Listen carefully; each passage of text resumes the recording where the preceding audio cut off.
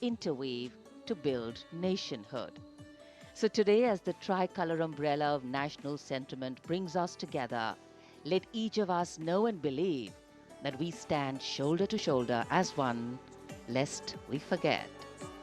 With a seating capacity of nearly 77,000, Kartavya Path today adorned with viewers from all parts of the country. गणतंत्र दिवस यानी हमारा सबसे महत्वपूर्ण राष्ट्रीय पर्व, जिसका साक्षी बनने के लिए देश के कोने कोने से और विदेशों से भी मेहमान यहाँ पर मौजूद हैं कर्तव्य पथ के दोनों ओर स्थित दर्शक दीर्घाओं में।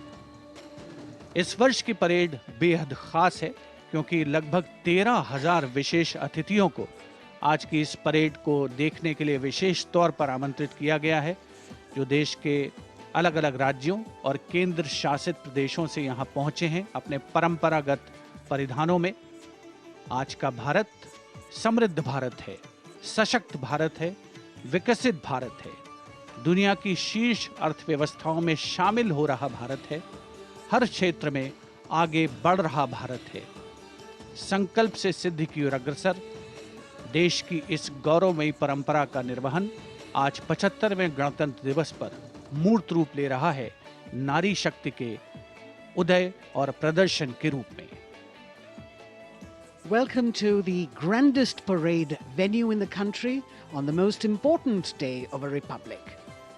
In a few minutes, we will witness the grand spectacle of our country's military prowess, its scientific developments, glimpses of the rich cultural heritage, all on display. Each year, the parade showcases and celebrates our military might, our diversity in culture, language and traditions, musical and dance traditions, our soldiers, our veterans and our freedom fighters, many of whom are present here at this Kartavya Path. The theme of the Republic Day centers around India, Mother of Democracy, and Viksit Bharat, or Developed India, a day of immense significance as we reaffirm the spirit of freedom. We underscore the sovereignty and self-governance bestowed on us through the Constitution.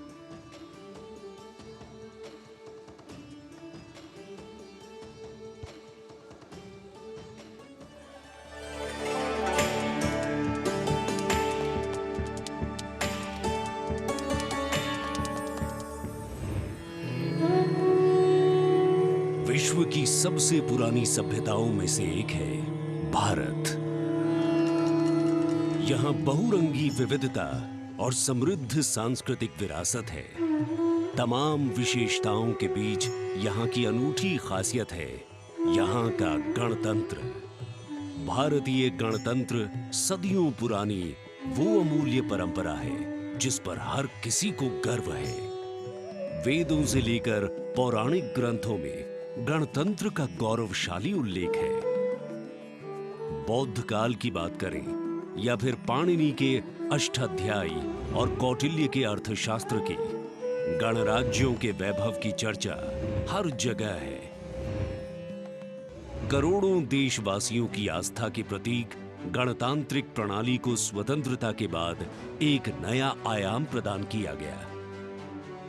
26 जनवरी 1950 को धूमधाम से मनाए गए पहले गणतंत्र दिवस के बाद से गर्व और गौरव की ये यात्रा जारी है। भारतीय गणतंत्र का मूल है हमारा संविधान।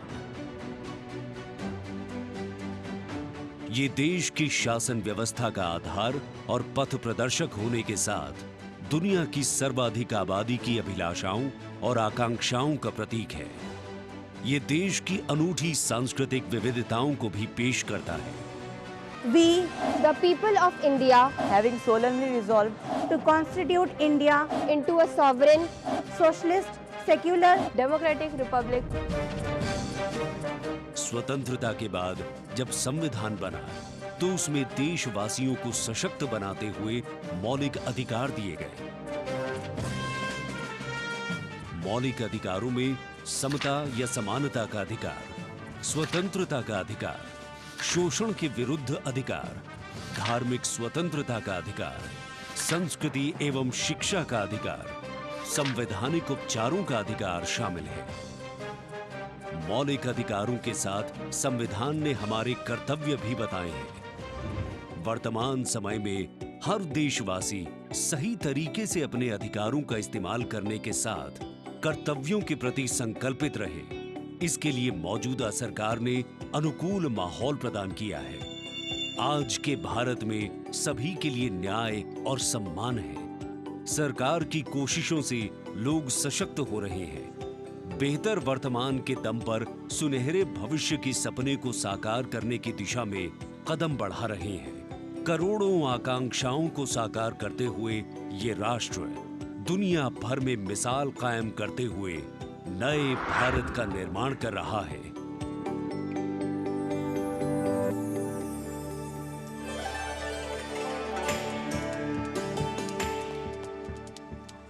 The atmosphere here at Kartavya Path, reflective of that pride and joy that each one of us feels in our bones when we see and salute our tricolour.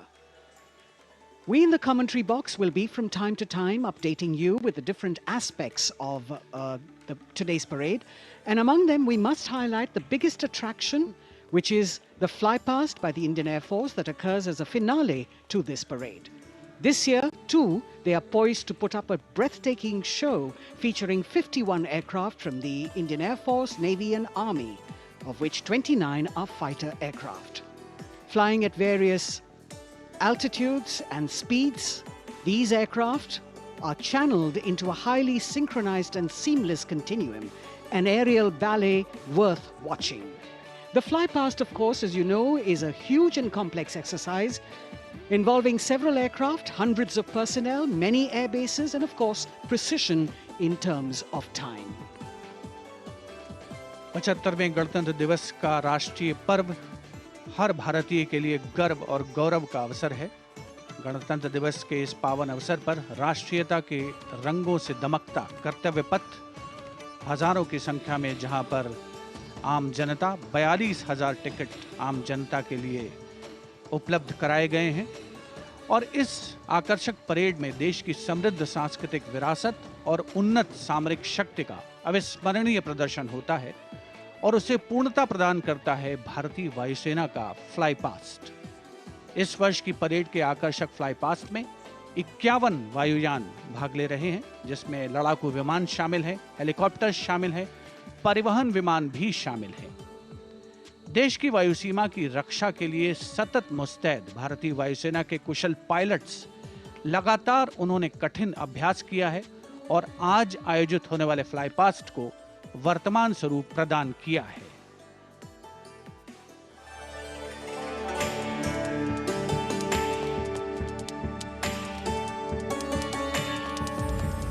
वीरता, पराक्रम और दृढ़ता का गौरवपूर्ण प्रतीक है भारतीय सेना।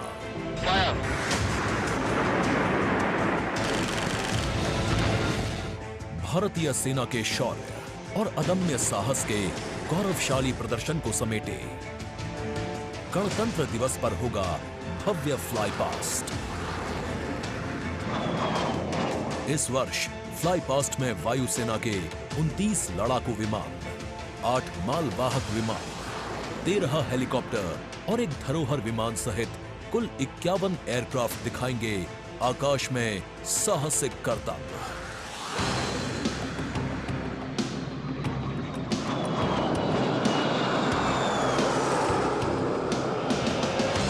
कर्तव्य पथ साक्षी बनेगा तेजस, सुखोई और राफेल जैसे विमानों के हैरत अंगेज कर देने वाले एयर शो का।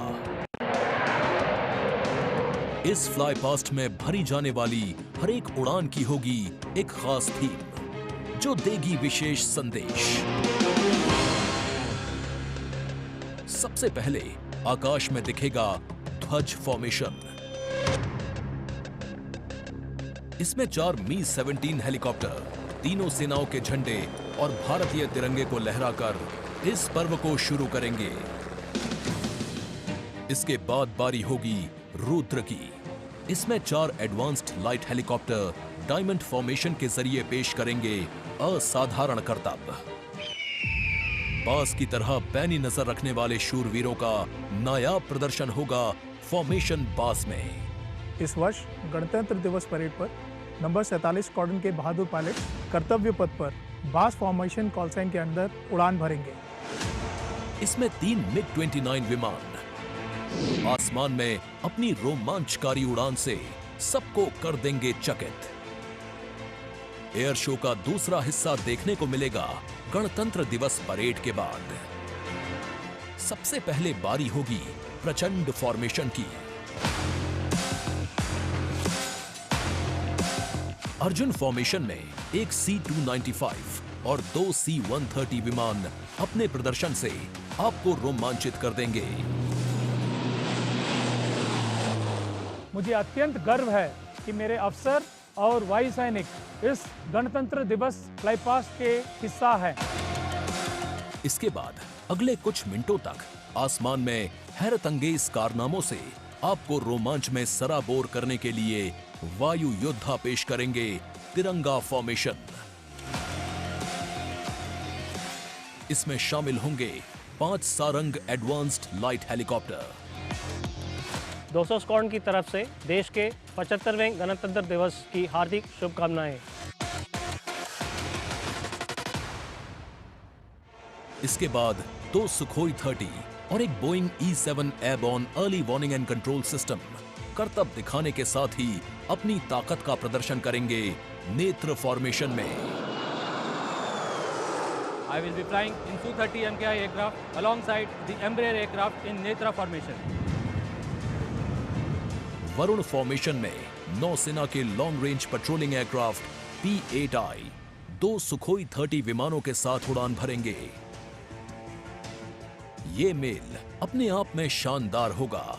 I'll be flying in Varuna formation along with P-8I in Su-30 MK aircraft. जोश अपने चरम पर होगा जब वायु सैन्य शक्ति में इजाफा करने वाले एक C-17 विमान और 2 सुखोई 30 मिलकर बनाएंगे Bhim formation. I'll be flying with C-17 as Bhim formation in the Republic Day flypast. आकाश में नजरें टिक जाएंगी जब 4 तेजस विमान डायमंड शेप में प्रस्तुत करेंगे फॉर्मेशन तेजस। गणतंत्र दिवस के इस अवसर पर हम 4 तेजस विमान डायमंड फॉर्मेशन में उड़ाएंगे, जिसमें कि 3 विमान विक फॉर्मेशन में होंगे और चौथा विमान सामने वाले विमान के बिल्कुल पीछे और नीचे रहेगा। गणतंत्र दिवस की शोभा और बढ़ जाएगी जब 6 जैगुआर विमान एरो हेड शेप में बनाएंगे फॉर्मेशन अमृत। मेरे फॉर्मेशन में 6 जैगुआर है। हम 26 जनवरी को कर्तव्य पथ पर एरो हेड फॉर्मेशन में फ्लाई पास्ट करेंगे। इसके बाद राफेल की गर्जना से एक बार फिर गूंज उठेगा कर्तव्य पथ। बजरंग फॉर्मेशन में 6 राफेल विमान अपने हैरतअंगेज कारनामों से सबको कर देंगे स्तब्ध। 1000 फीट की ऊंचाई पर 3 सुखोई 30 लड़ाकू विमान आसमान में धुएं से बनाएंगे त्रिशूल फॉर्मेशन। इस गणतंत्र दिवस के अवसर पर नंबर 220 स्क्वाड्रन के 3 सुखोई 30 विमान त्रिशूल फॉर्मेशन में गणतंत्र दिवस परेड में हिस्सा लेंगे। सबसे अंत में होगा विजय फॉर्मेशन। इसमें एक राफेल विमान वर्टिकल चार्ली का विहंगम दृश्य पेश कर दर्शकों को कर देगा मंत्रमुग्ध। तो इंतजार कीजिए उस रोमांचक और भव्य फ्लाई पास्ट का जिसे वायुसेना ने आपके लिए तैयार किया है।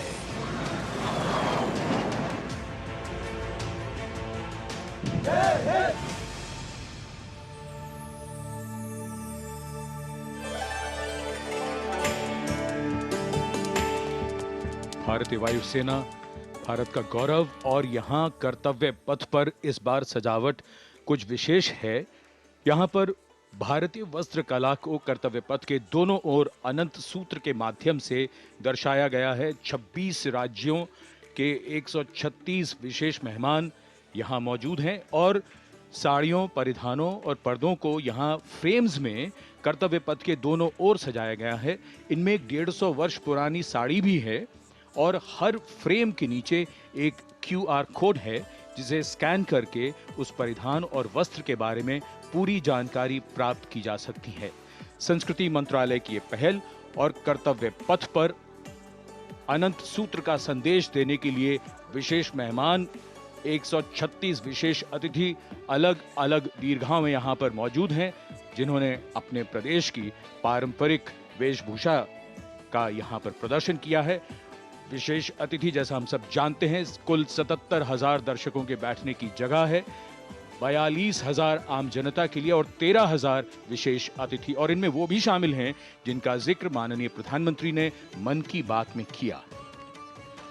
With 108 episodes to its credit, Man Ki Baat remains a unique and outstanding radio program, standing out as one of its kind globally. This distinctive initiative, introduced in 2014 by Prime Minister Narendra Modi, establishes a remarkable communication endeavour that forges a direct and informal connection with the citizens of India, addressing a broad spectrum of issues from social initiatives to culture and heritage, youth and education, health and environmental concerns. The radio program serves as a crucial instrument in fostering unity by transmitting the PM's thoughts and perspectives to the public. Its significance transcends conventional governance, acting as a platform that not only imparts information but also establishes connections, bringing together the diverse fabric of the Indian populace.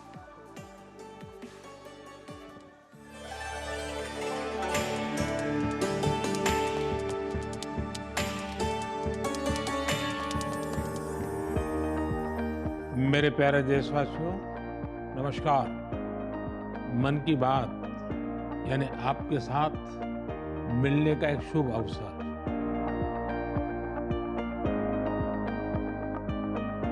मन की बात यानी माननीय प्रधानमंत्री श्री नरेंद्र मोदी से जन जन की बात।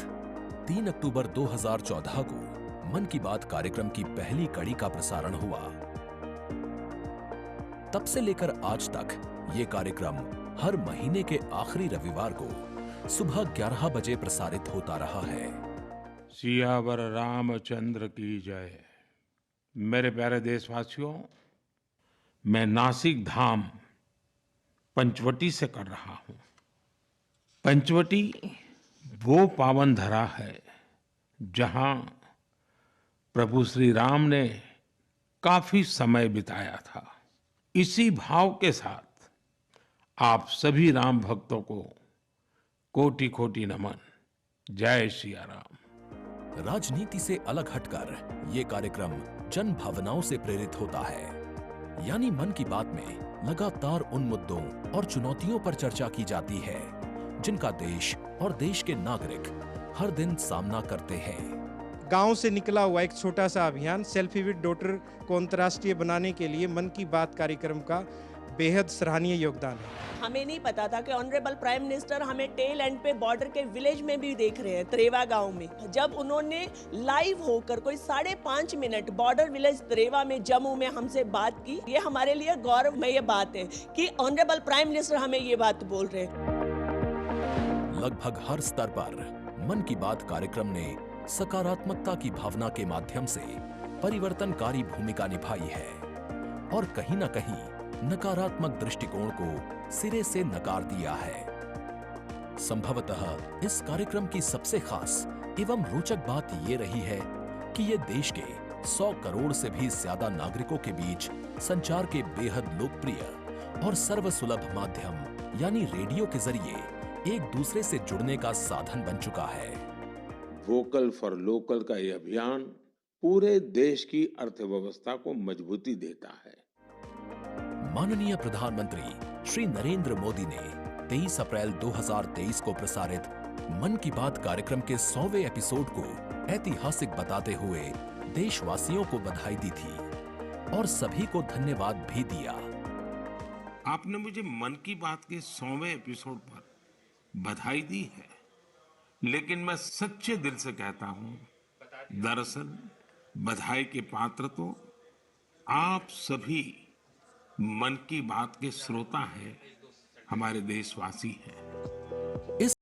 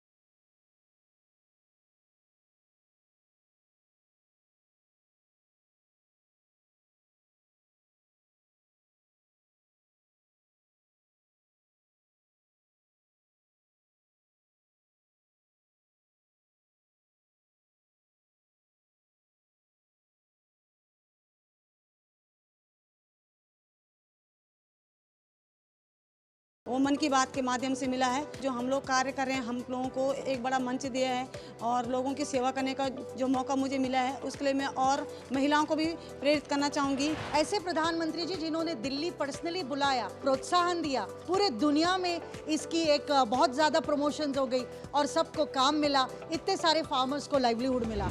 कोरोना काल के दौरान प्रधानमंत्री के मन की बात के एपिसोड्स में कोरोना योद्धाओं का नाम लेकर प्रधानमंत्री जी ने देशवासियों से उन्हें सम्मानित करने की अपील की और देश के नागरिकों को वैक्सीन के विकास के चरणों से अवगत कराया।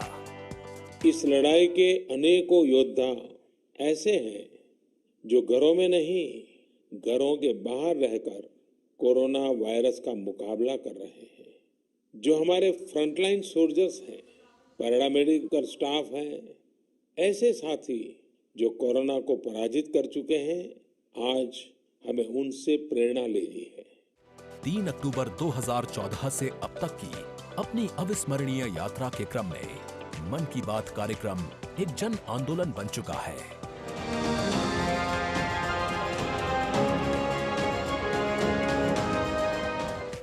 मन की बात का पावन संकल्प है विकसित, खुशहाल और प्रगतिशील भारत।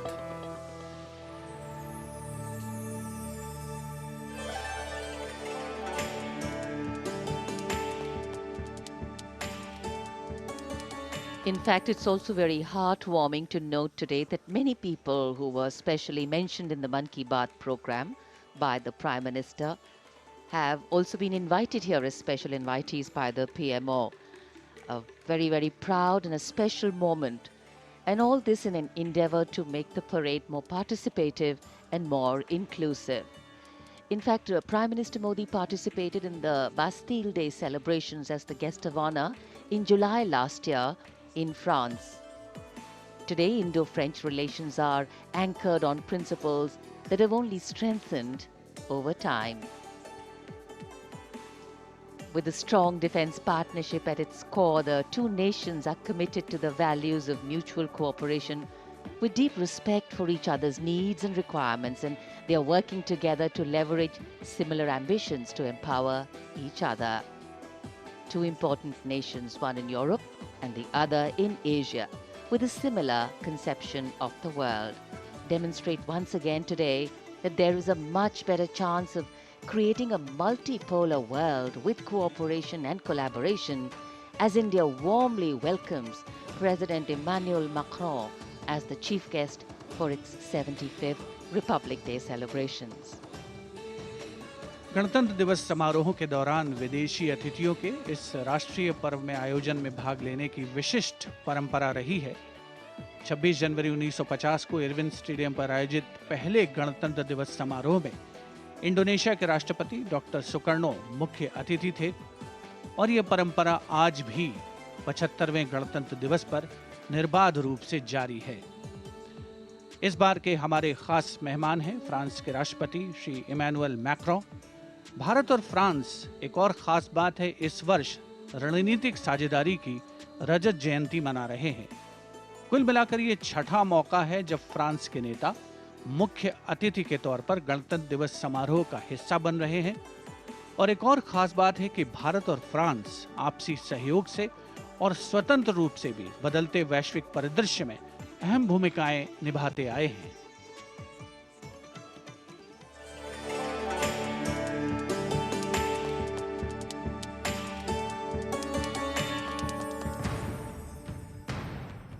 भारत और फ्रांस, विश्वास, सम्मान और प्रतिबद्धता, दोनों देशों के द्विपक्षीय संबंध समय के साथ और होते जा रहे हैं प्रगाढ़। प्राइम मिनिस्टर एलिजाबेथ बॉर्न मुझे एयरपोर्ट पर रिसीव करने आई थी। ये आत्मीयता सिर्फ दो देशों के नेताओं के बीच नहीं है, बल्कि ये भारत फ्रांस की अटूट दोस्ती का प्रतिबिंब है। जहां भी, जब भी एक देश को समर्थन की आवश्यकता हुई, वहां दूसरे देश ने उसका भरपूर सहयोग किया। इस रणनीतिक साझेदारी के पूरे हो गए हैं 25 साल। फ्रांस, भारत का दूसरा सबसे बड़ा डिफेंस सप्लायर, 1950 के दशक से ही फ्रांस सैन्य विमानन क्षेत्र में भारत के लिए एक विश्वसनीय भागीदार रहा है। भारतीय वायुसेना में पहली पीढ़ी के डसॉ ऑरेगन लड़ाकू विमान की खरीद से लेकर हाल के पनडुब्बी और रफायल सौदे तक भारत ने फ्रांस से कई हथियार खरीदे हैं। इसके साथ फ्रांस टेक्नोलॉजी ट्रांसफर कर स्वदेशी उत्पादन क्षमताओं और संयुक्त उद्यमों के जरिए भारत के रक्षा आधुनिकीकरण के प्रयासों में सहायता कर रहा है। भारत फ्रांस मित्रता के सफर में महत्वपूर्ण वर्ष था 1998। 11 मई 1998।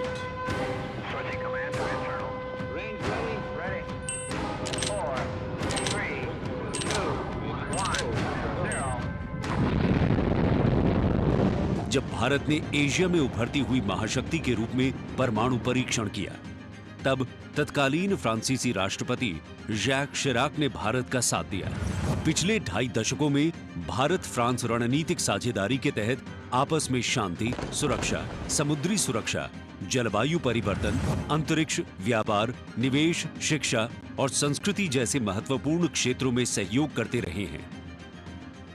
सबमरीन हो या फिर नौसेना के जहाज, हम चाहते हैं कि मिलकर केवल अपनी ही नहीं, तीसरे मित्र देशों की जरूरतों को भी पूरा करने के लिए हम काम करें। भारत और फ्रांस की विदेश नीति लगभग एक सी है। दोनों ही देश स्वतंत्र रणनीतिक स्वायत्ता में यकीन करते हैं। सुरक्षा परिषद का स्थायी सदस्य होने की वजह से फ्रांस ने काउंटर टेररिज्म, आतंकियों पर लगाम लगाने और मिसाइल कंट्रोल रेजीम में भारत का साथ दिया है। हमारे सशस्त्र बल नियमित बातचीत कर रहे हैं और पूरा योगदान कर रहे हैं ताकि इस क्षेत्र में शांति और सुरक्षा बनी रहे और अंतर्राष्ट्रीय कानून का सम्मान रहे। आपसी सौहार्द बनाए रखते हुए प्रधानमंत्री नरेंद्र मोदी ने 14 जुलाई को पेरिस में आयोजित फ्रांस के राष्ट्रीय दिवस समारोह बेस्टियर डे परेड में सम्मानित अतिथि के रूप में भाग लिया।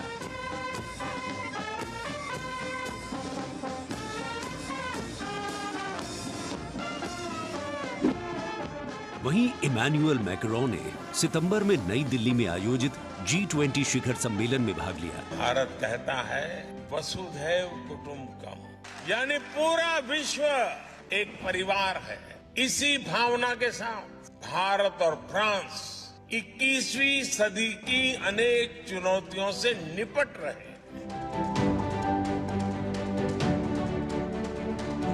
गणतंत्र दिवस समारोह में राष्ट्रपति मैक्रोन की उपस्थिति भारत और फ्रांस के बीच संबंधों को और प्रगाढ़ करेगी और आने वाले वर्षों में सहयोग के नए रास्ते खुलेंगे।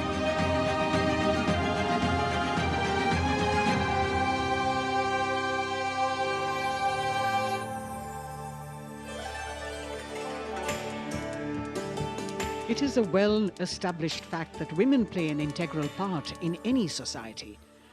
It is through the empowerment of women that societies can ensure their growth as well, and the government of India has been focused on promoting Nari Shakti in the country. It is committed to improve women's lives and remove any bottlenecks that come in the way of their progress. During the last 9 years, the central government has launched numerous welfare schemes aimed to empower women and make them lead India's development journey. This year, in addition to larger participation of women in the parade, we also have special invitees from various sectors of industry, manufacturing sector, maintenance workers, women space scientists, and many more. Around 13,000 special invitees of the Prime Minister being given the pride of place, making the whole event inclusive, participative, and truly democratic. A republic that is by the people, for the people, and of the people. कर्तव्य पथ पर विशेष मेहमानों को आमंत्रित किया गया है, जिसमें सुनिश्चित किया गया है कि हर वर्ग की भागीदारी इस समारोह में हो। बहुत ही खास गणतंत्र दिवस समारोह, इसका थीम है विकसित भारत और भारत लोकतंत्र की जननी। साथ ही इस बार पूरा समारोह नारी शक्ति पर केंद्रित। इस बार आधी आबादी की पूरी भागीदारी सुनिश्चित की गई है। अलग अलग दीर्घाओं में पारंपरिक वेशभूषा में यहाँ पर विशेष अतिथि। इस बार राष्ट्रीय गान के बाद पहली बार परेड की शुरुआत में 100 महिला कलाकार अपनी मौजूदगी का परचम कर्तव्य पथ पर लहराएंगी। ये बदलता भारत है। यहां अब महिला अबला नहीं, शक्ति है। ये आज की नारी है, नारी तू नारायणी।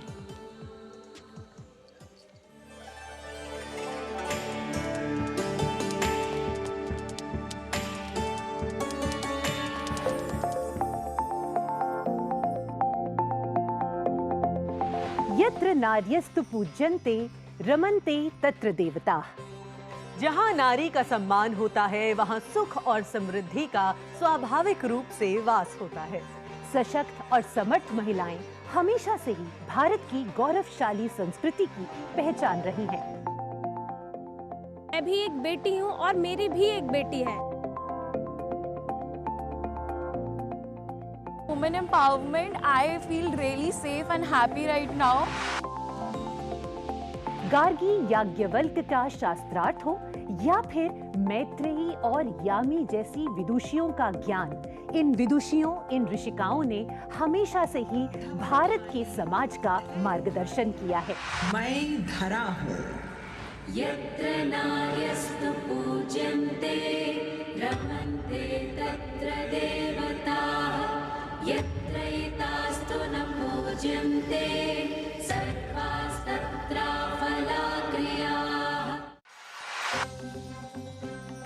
नारी तू नारायणी है के ध्येय वाक्य के साथ पिछले 9 सालों में मोदी सरकार ने न सिर्फ नारी सशक्तिकरण के लिए काम किया है, बल्कि भारतीय संस्कृति के अनुरूप जो नारी को सम्मान मिलना चाहिए वो भी दिया है। India's vision is not just of development which benefits women. It is of women-led development where women lead the journey of progress. समावेशी शासन के एक नए युग की शुरुआत करते हुए पिछले 9 सालों में प्रधानमंत्री नरेंद्र मोदी के नेतृत्व में महिला सशक्तिकरण को चरितार्थ किया गया है। देश में समान प्रतिनिधित्व के लक्ष्य के साथ अमृत काल में समावेशी संसदीय लोकतंत्र की मजबूत नींव रखने के लिए नारी शक्ति वंदन विधेयक संसद से पारित किया गया। The bill is passed by the constitutionally required majority. ताकि लोकतंत्र के मंदिर में महिलाओं की बात प्रबल रूप से रखी जा सके और उनके मुद्दों पर अधिक जोरदार ढंग से चर्चा की जाए। नारी शक्ति वंदन अधिनियम, इसके माध्यम से हमारा लोकतंत्र और मजबूत होगा। मुस्लिम महिलाओं को 3 तलाक के दंश से छुटकारा दिलाने की आवाज लंबे समय से उठती रही थी, लेकिन दूसरी बार सत्ता में आने के तत्काल बाद पीएम नरेंद्र मोदी की सरकार ने राजनीतिक इच्छा शक्ति दिखाई और मुस्लिम महिलाओं को ट्रिपल तलाक के दंश से छुटकारा दिलाने का काम किया। महिला सशक्तिकरण के लिए समर्पित मोदी सरकार ने पिछले 9 सालों में महिलाओं को सशक्त और समृद्ध बनाने के लिए कई योजनाओं की शुरुआत की, जिससे खेलों से लेकर रोजगार, महिला स्वास्थ्य और आत्मनिर्भर बनने की दिशा में महिलाओं का मार्ग प्रशस्त किया है। आज मोदी सरकार के बल पर स्वयं सहायता समूहों से लेकर स्टार्टअप्स और व्यापार के क्षेत्र में महिलाएं तीव्र गति से आगे बढ़ रही हैं और समाज में अपनी हिस्सेदारी को मजबूत कर रही हैं। ये करोड़ों महिलाएं इतना वैल्यू क्रिएशन कर रही हैं और इसका अंदाज आपको इनकी कैपिटल रिक्वायरमेंट से भी लगा सकते हैं। 9 वर्षों में इन सेल्फ हेल्प ग्रुप्स ने 6.25 लाख करोड़ रुपए का लोन लिया है। ये महिलाएं केवल छोटी एंटरप्रेन्योर ही नहीं है, बल्कि एक ग्राउंड पर सक्षम रिसोर्स पर्सन का काम भी कर रही है। देश की आधी आबादी को आत्मनिर्भर बनाने के लिए महिला ई हाट मोदी सरकार द्वारा शुरू किया गया। महिला उद्यमियों को समर्पित ऐसा ऑनलाइन मार्केटिंग प्लेटफॉर्म है जिस पर आज 2.2 लाख से अधिक महिलाएं विक्रेता के रूप में पंजीकृत हैं। साथ ही मुद्रा योजना के द्वारा महिलाएं अपने बल पर उद्यमी बन रही हैं। जहां बेटी बचाओ बेटी पढ़ाओ, कन्या भ्रूण हत्या रोकने और बेटियों को शिक्षित बनाने की दिशा में बहुत बड़ा कदम है, वहीं पीएम आवास योजना के अंतर्गत महिलाओं के नाम पर आवास उपलब्ध कराया जा रहा है। पीएम आवास योजना के जो 3 करोड़ से अधिक घर बने, उनमें से अधिकांश महिलाओं के ही नाम है। आज इस व्यवस्था से उन्हें कितना बड़ा सपोर्ट मिला। पीएम आवास ने महिलाओं को घटते आर्थिक फैसलों में एक नई आवाज दी है। मोदी सरकार ने 3 करोड़ गरीबों को घर दिए, जिनमें से 75% महिलाओं को दिए गए। प्रधानमंत्री उज्ज्वला योजना के माध्यम से महिलाओं को धुएं से मुक्ति दिलाने के लिए 9 करोड़ से अधिक एलपीजी कनेक्शन दिए गए हैं। चाय बनाए तो पिलाओ ना फिर।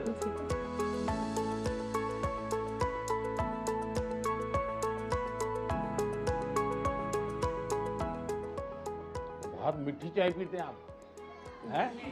हमसे मीठी हो ही जाती है, मालूम नहीं कैसे। और स्वच्छ भारत मिशन के अंतर्गत महिलाओं को खुले में शौच से मुक्ति दिलाने के लिए 11 करोड़ से अधिक शौचालयों का निर्माण किया गया है, ताकि महिलाओं को सम्मान और सुरक्षित जीवन मिले।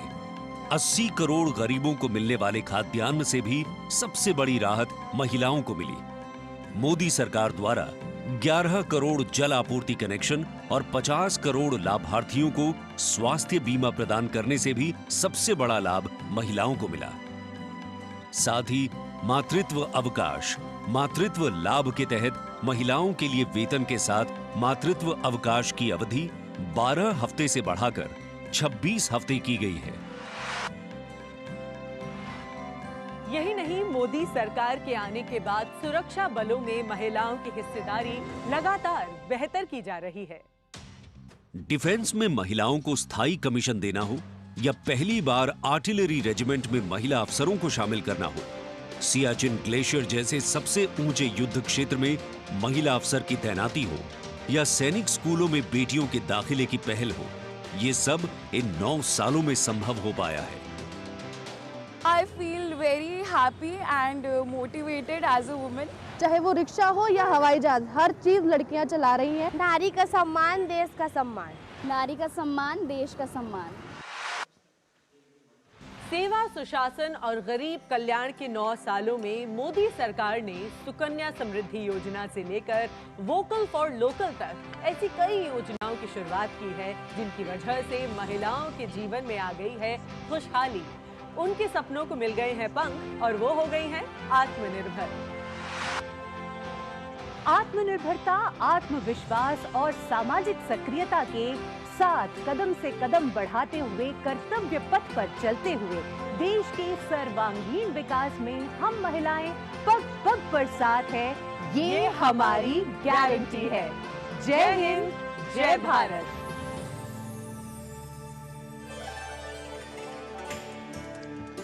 Empowering women, empowering communities, and thus empowering a nation. Kartavya Path on either side, people kitted out in their warm winter woolens. Got up early in the morning. The day dawned a little foggy, but now I think the warmth of the sun slowly warming the bones which were chilled in the morning, absolutely. So January is a cold month in Delhi. And once the parade begins, we shall see faces light up more, the sun climb higher, and of course, excitement will touch the sky. People in their traditional attire, special invitees from different parts of the country. And here, this is a splendid view of the forecourt of Rashtrapati Bhavan, the official residence of the President of India, and the dome that crowns Rashtrapati Bhavan, one of the most distinctive features of the building. This is the Jaipur column, topped by the Star of India. And here, ready to receive the Supreme Commander of the Armed Forces, the President of India, Srimati Draupadi Murmu, who will arrive here in a short while from now. माननीय श्रीमती द्रौपदी मुर्मू के राष्ट्रपति पद पर आसीन होने के साथ भारतीय लोकतंत्र की नई भूमिका रेखांकित हुई है। श्रीमती द्रौपदी मुर्मू का भारत के 15वें राष्ट्रपति के रूप में निर्वाचन एक ऐतिहासिक क्षण है। उनकी नियुक्ति देश के सामाजिक और राजनीतिक परिदृश्य में एक महत्वपूर्ण और शक्तिशाली संदेश देती है। हम सब जानते ही हैं, श्रीमती द्रौपदी मुर्मू के पास एक लंबा और सफल राजनीतिक करियर है। साथ ही उनके पास प्रशासन और संवैधानिक मामलों का गहन ज्ञान भी है। देशवासियों, 75वें गणतंत्र दिवस में कर्तव्य पथ पर माननीय श्रीमती द्रौपदी मुर्मू द्वारा परेड की सलामी लेना कोई मामूली घटना नहीं है। ये राष्ट्रीय गौरव का क्षण है जो समानता के प्रति हमारे संविधान की प्रतिबद्धता को दर्शाती है। भारतीय लोकतंत्र संविधान स्वतंत्र न्यायपालिका, स्वतंत्र मीडिया और जवाबदेह शासन पर टिका हुआ है।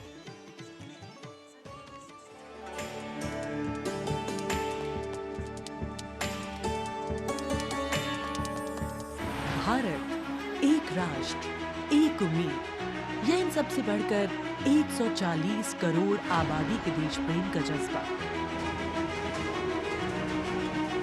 दुनिया के सबसे बड़े लोकतंत्र भारत का स्वर्णिम अध्याय है संघर्षशील और कर्मठ देश की प्रथम नागरिक राष्ट्रपति द्रौपदी मुर्मू।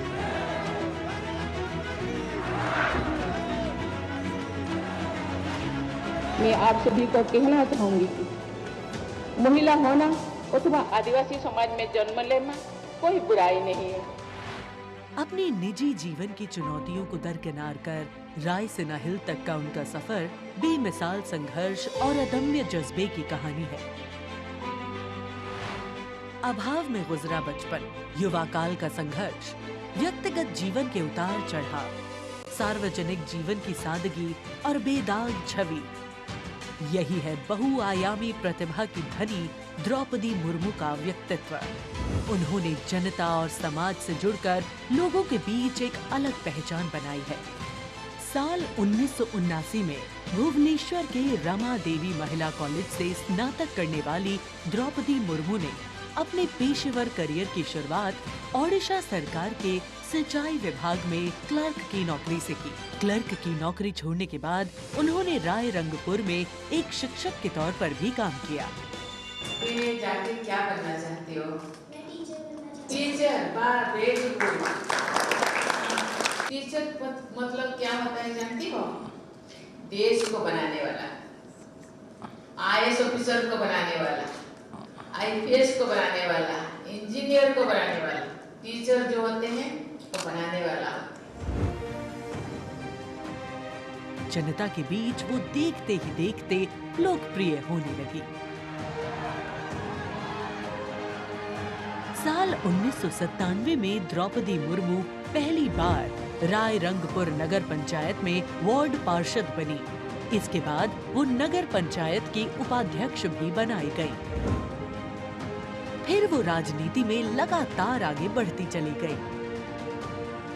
पहली बार सन 2000 में विधायक बनने के बाद द्रौपदी मुर्मू ने साल 2000 से 2004 तक नवीन पटनायक के मंत्रिमंडल में स्वतंत्र प्रभार राज्य मंत्री के तौर पर भी काम किया।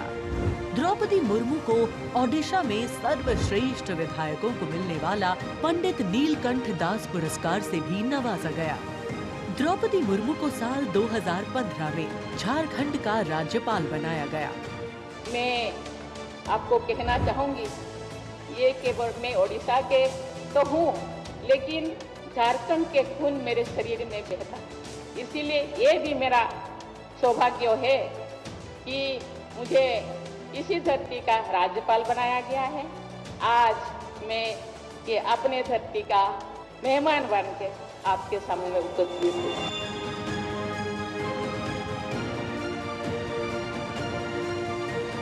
देश के प्रथम नागरिक के रूप में राष्ट्रपति मुर्मू देश के युवाओं में अटूट विश्वास रखती है।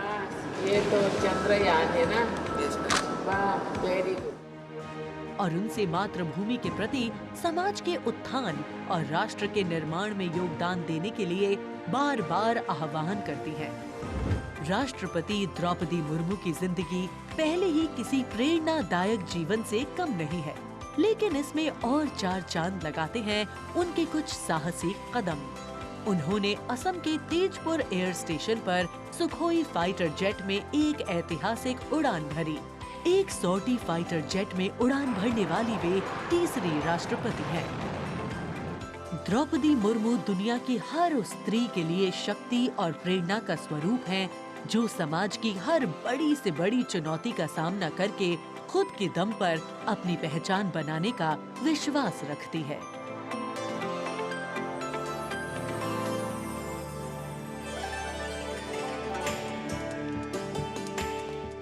गणतंत्र दिवस हमारा राष्ट्रीय पर्व है।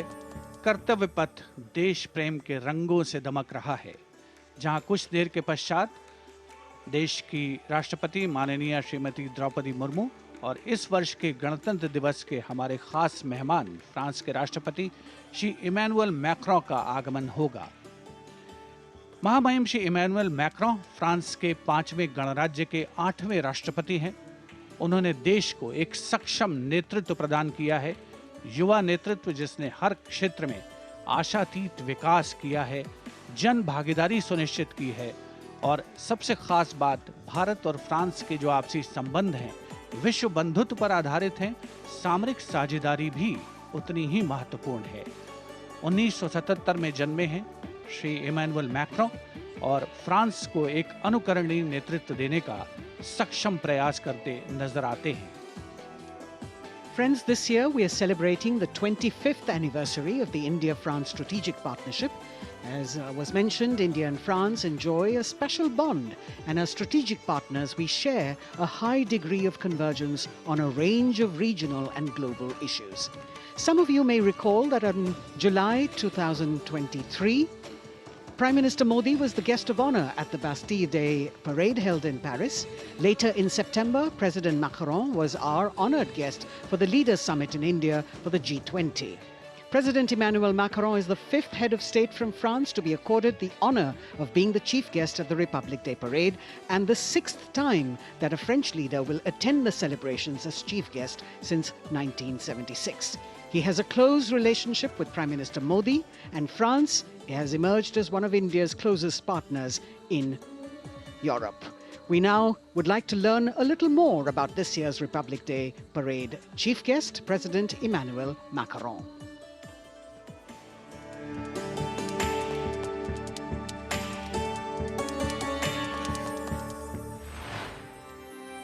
फ्रांस, एक खूबसूरत देश जो अपनी संस्कृति, मुक्त उत्साही लोगों, शानदार शहरों और स्वादिष्ट व्यंजनों से पूरी दुनिया को आकर्षित करता रहा है।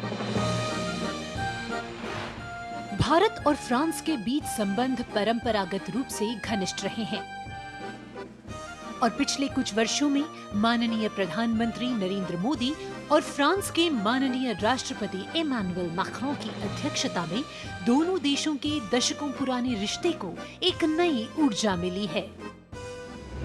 फ्रांस के राष्ट्रपति इमैनुअल मैक्रों 2017 में महज 39 वर्ष की आयु में फ्रांस के राष्ट्रपति बने और साल 2022 में फ्रांस की जनता ने एक बार फिर उन्हें विशाल बहुमत से चुना।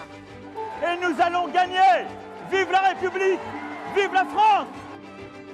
फ्रांस के आमिया में जन्मे इमैनुअल मैक्रों ने यूनिवर्सिटी पारी नॉन्तेर में फिलॉसफी की पढ़ाई की और फिर फ्रांस के प्रतिष्ठित एकोल नाशनल d'administration में वरिष्ठ सिविल सेवा के लिए प्रशिक्षण लिया। राजनीति से पहले मैक्रों ने एक इन्वेस्टमेंट बैंकर के रूप में काम किया और वित्तीय क्षेत्र में उनके अनुभव ने उनके राजनीतिक करियर के लिए एक अनूठी पृष्ठभूमि प्रदान की। अपने राजनीतिक सफर की शुरुआत में मैक्रों ने विभिन्न मंत्रियों के सलाहकार के रूप में काम किया और फिर वर्ष 2012 में तत्कालीन राष्ट्रपति फ्रांसवा ओलांद ने मैक्रों को उप महासचिव के रूप में नियुक्त किया। इसके बाद वर्ष 2014 में मैक्रों अर्थव्यवस्था, उद्योग और डिजिटल मामलों के मंत्री बने और अपने इस कार्यकाल में उन्होंने कई बिजनेस फ्रेंडली इनिशिएटिव्स की शुरुआत की। मैक्रों की राजनीतिक यात्रा का सबसे बड़ा मोड़ तब आया जब उन्होंने साल 2014 में आमिया में एक नई पार्टी En Marche की स्थापना की। मैक्रों के दल को वामपंथियों से लेकर केंद्रवादियों और केंद्र दक्षिणपंथी राजनेताओं और दलों का समर्थन मिला। जब हम अपना मूवमेंट देखते हैं तो मैं जानता हूं कि हम सफल होंगे। हाँ, हम सफल होंगे फ्रांस और फ्रेंच लोगों को यूनिफाई करने में और स्वीकार कराने में। और फिर आया वो ऐतिहासिक पल जब मैक्रों ने अपने प्रतिद्वंद्वी मारीन ला पेन को भारी बहुमत से हराकर वर्ष 2017 का राष्ट्रपति चुनाव जीता। प्रधानमंत्री नरेंद्र मोदी और फ्रांस के राष्ट्रपति इमैनुअल मैक्रों ने सदैव लोकतांत्रिक मूल्यों, मौलिक स्वतंत्रता और मानवाधिकार की प्रति प्रतिबद्धता जाहिर की है, जो आश्वासन देता है कि बदलते वैश्विक परिदृश्य में दोनों देश अग्रसर होने के लिए तैयार हैं।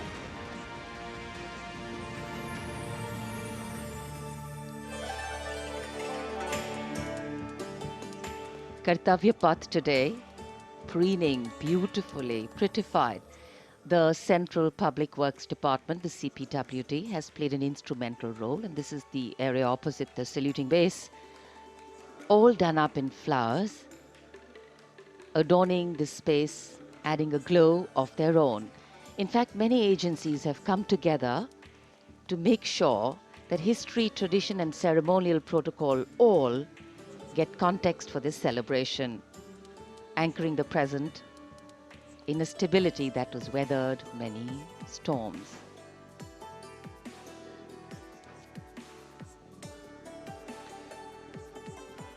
Signal 1 army headquarter signal regiment जो कर्तव्य पथ से लेकर राष्ट्रीय समर स्मारक तक कई किलोमीटर के क्षेत्र में संचार और ध्वनि का जिम्मा संभाले हैं, जिसमें पब्लिक एड्रेस सिस्टम और स्पीकर्स बहुत महत्वपूर्ण यहां मौजूद दर्शकों के लिए।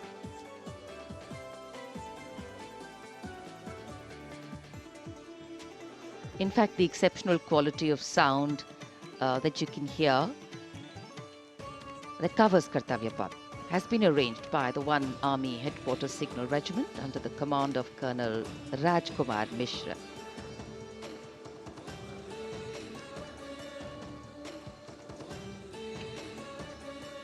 माननीय राष्ट्रपति के आगमन पर राष्ट्रगान के समय 21 तोपों की सलामी लेफ्टिनेंट कर्नल विकास कुमार के नेतृत्व में दी जाएगी।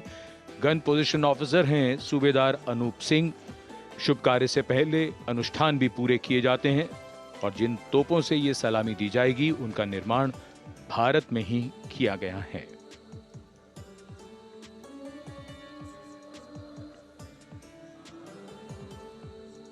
In fact, a lot of preparation, training, and rehearsals go into ensuring that everything works like clockwork.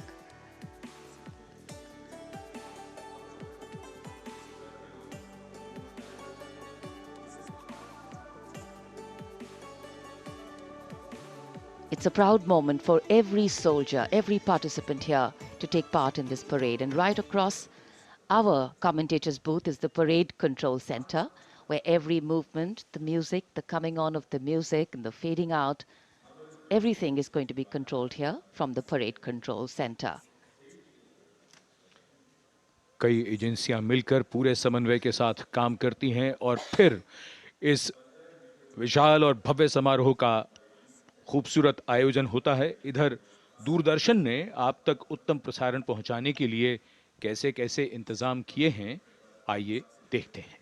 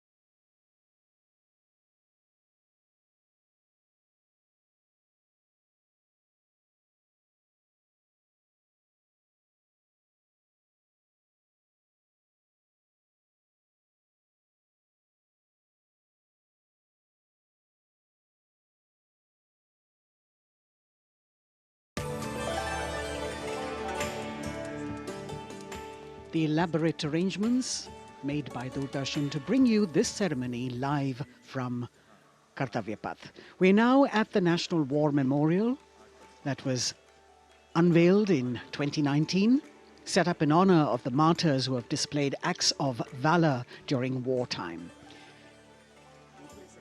The names of 26,000 soldiers who've made the ultimate sacrifice of their lives in the defense of the nation. It has 4 concentric circles and a central obelisk under which burns the Amar Jyot, representing the immortal soldier. The circles are designed as Chakravyu, an ancient Indian war formation. The start of the parade actually begins here when the Prime Minister arrives and is received by the Defence Minister and other officials along with the 3 service chiefs. After being introduced, he is led inside where he places a wreath of remembrance on behalf of the nation. The National War Memorial, representing the gratitude of a nation to its armed forces. This memorial strengthens the sense of belonging, high moral values, sacrifice and national pride in our citizens. राष्ट्रीय summer स्मारक हमें उन बहादुर सैनिकों के अप्रतिम शौर्य, असाधारण वीरता और सर्वोच्च बलिदान की याद दिलाता है, जिन्होंने मातृभूमि की रक्षा के लिए हंसते हंसते अपने प्राण न्योछावर कर दिए थे। कुछ ही समय के बाद यहाँ माननीय प्रधानमंत्री श्री नरेंद्र मोदी का आगमन होगा और वे कृतज्ञ राष्ट्र की ओर से अमर शहीदों को श्रद्धा सुमन अर्पित करेंगे। राष्ट्रीय समर स्मारक पर 4 चक्र बनाए गए हैं, जिसमें आजादी के बाद भारतीय सेना की भागीदारी वाले 6 युद्धक अभियानों की भी जानकारी दी गई है। अमर चक्र पर 15.5 मीटर ऊंचा स्मारक स्तंभ है, जिसमें अमर जवान ज्योति प्रज्वलित है। परमवीर चक्र से सम्मानित सभी 21 अमर बलिदानियों को विशेष सम्मान दिया गया है राष्ट्रीय समर स्मारक पर, और सभी परमवीर चक्र विजेताओं की यहाँ कांस्य प्रतिमाएं लगाई गई हैं। देश आज उन्हें नमन कर रहा है। The monument, spread over 40 acres in the heart of the capital city, hallowed grounds where lie enshrined the souls of our soldiers. The Prime Minister paying a solemn homage on behalf of a grateful nation. And you saw those shots taken by the special positioned cameras of Doordarshan, some atop India Gate, as it looks onto the National War Memorial. And there you can see the obelisk with the eternal flame, very solemnly dressed for the occasion.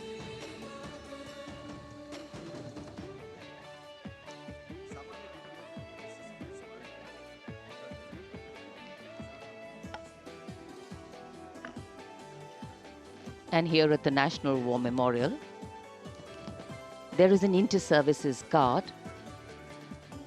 comprising 1 officer and 21 inner guards, 7 from each service, along with 6 buglers, 2 from each service, under the command of Major Indrajit Sachin. In fact, when the Prime Minister will arrive here, this guard is in attendance for the wreath-laying ceremony. And here to welcome the Prime Minister here, we have the Prime Minister's carcade going down Kartavya Path.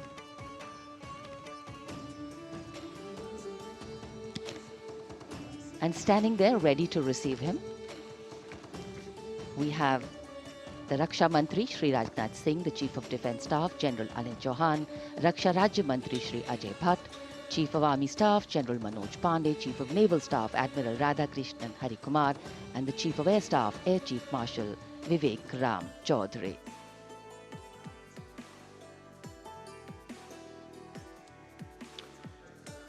India Gate और major Dhyanchand national stadium के बीच स्थित है राष्ट्रीय summer स्मारक, इसे सन 2019 में प्रधानमंत्री मोदी ने राष्ट्र को समर्पित किया था। हमारे गणतंत्र दिवस समारोह की शुरुआत अमर शहीदों को श्रद्धांजलि के साथ होती है। कृतज्ञ राष्ट्र की ओर से प्रधानमंत्री शहीद जवानों को श्रद्धांजलि अर्पित करेंगे। उनका आगमन हो रहा है राष्ट्रीय समर स्मारक पर। आज के भारत का एक और तीर्थ है राष्ट्रीय समर स्मारक। ये स्मारक अपने वीर शहीदों के लिए राष्ट्र की कृतज्ञता का प्रतीक है। श्रद्धा और गौरव, इन भावों का संगम है राष्ट्रीय समर स्मारक।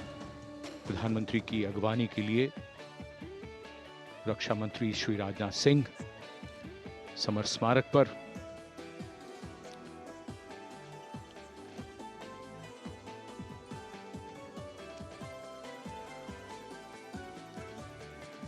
आगमन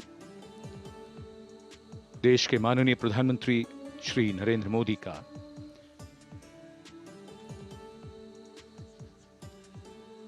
रक्षा मंत्री, रक्षा राज्य मंत्री, रक्षा सचिव और तीनों सेनाओं के अध्यक्षों से मिलते हुए और राष्ट्रीय समर स्मारक की ओर धीरे धीरे प्रस्थान करते हुए माननीय प्रधानमंत्री।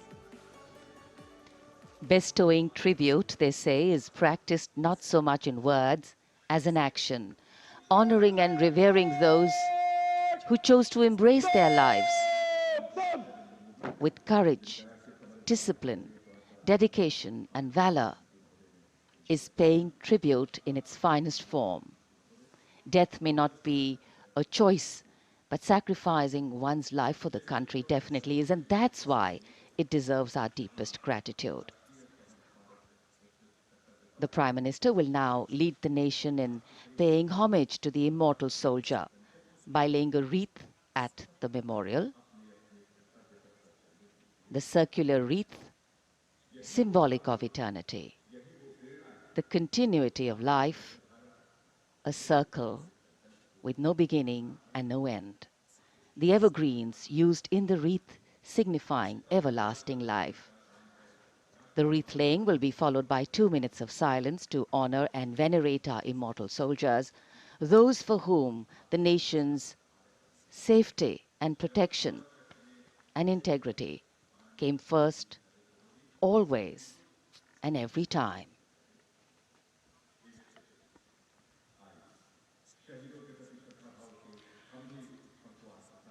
प्रधानमंत्री द्वारा पुष्पांजलि अर्पित करने के बाद अंतर सेवागारद सलामी शस्त्र और फिर शोक शस्त्र प्रस्तुत करते हैं।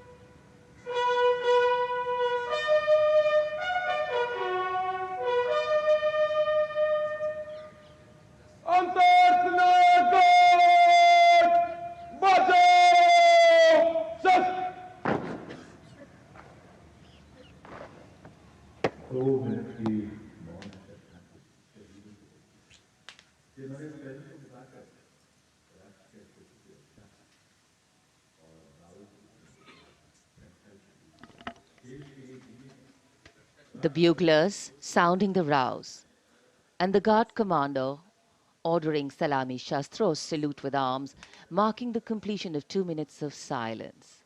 A silence where quiet meets calm and time becomes tranquil, our hearts beating for those which now lie still.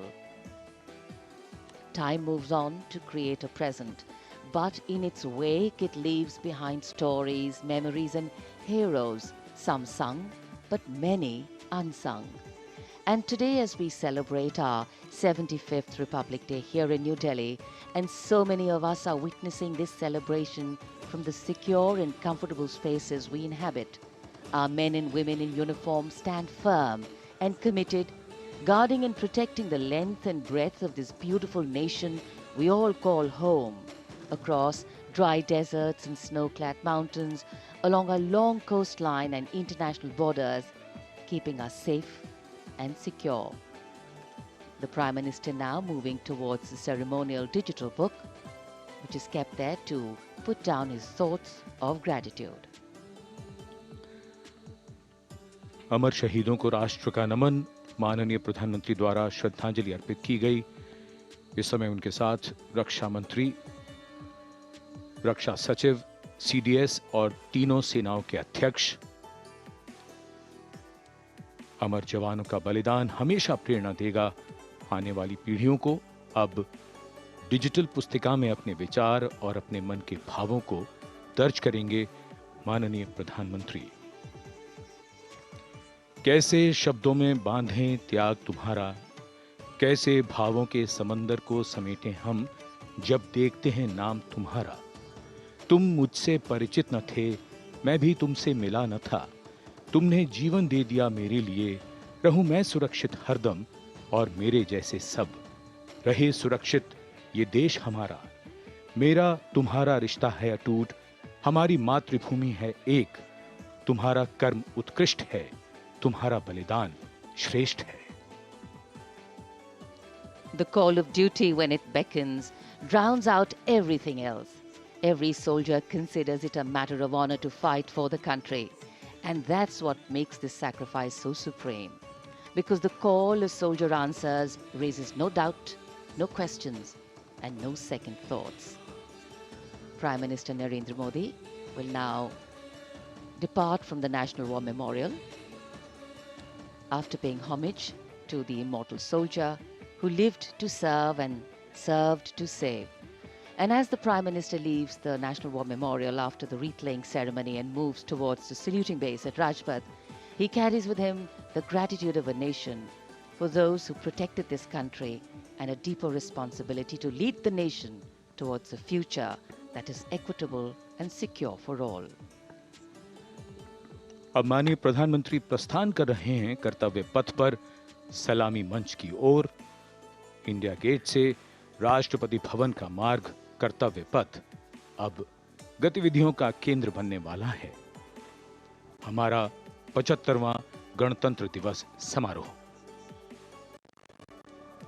Yes, the focus will now move to the saluting base, where after the arrival of President Draupadi Murmu, Kartavya Path will resonate with a medley of sounds, the clip-clop of hooves on the tarmac, martial music, the crisp crunch of marching boots, the mechanized rumble of military machine, beautiful folk music, the roar of fighter jets, and of course, repeated applause of an highly appreciative audience here.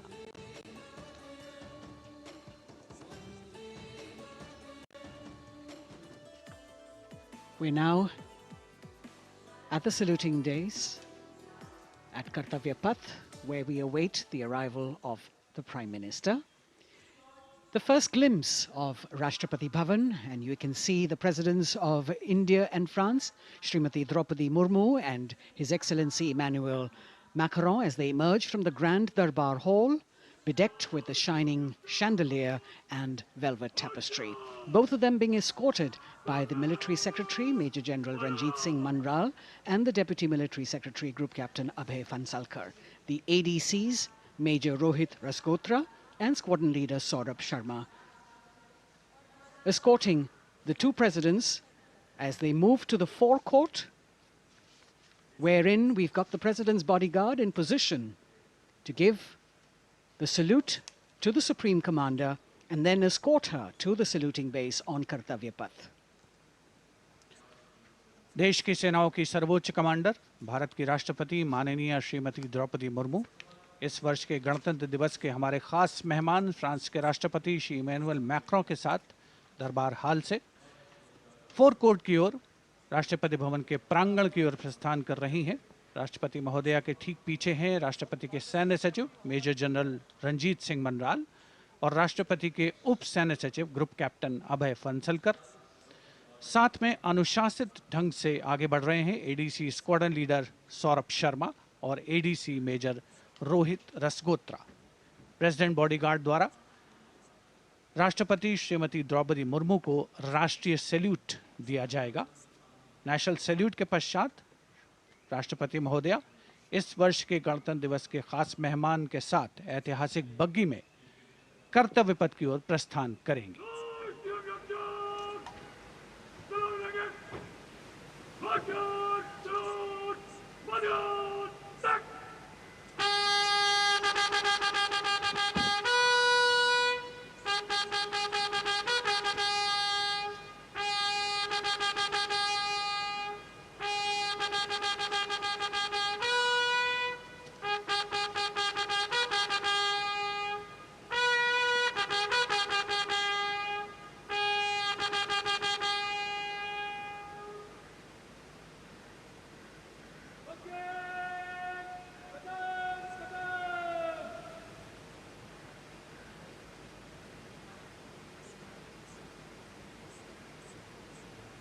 The smartly turned out President's bodyguard in the forecourt of Rashtrapati Bhavan on their magnificent horses, the senior-most regiment of the Indian Army, that is 251 years old since its raising in 1773. A unique and distinct regiment as it carries out mounted ceremonial duties for the President. Their officers and men, excellent horsemen, trained tankmen and paratroopers. And now you get to see the special presidential carriage that is making its appearance at the Republic Day parade after 40 years. The horse-drawn buggy that has gold-plated rims and looks extremely comfortable was used by the British in the pre-independence era and later remained with the Rashtrapati Bhavan. It is used now for Republic Day functions. In fact, it was used till 1984 and then discontinued. It, of course, has an interesting history as it became part of India's history post-independence based on the toss of a coin. Initially used by the President for ceremonial occasions, everyone really excited to see this unique buggy.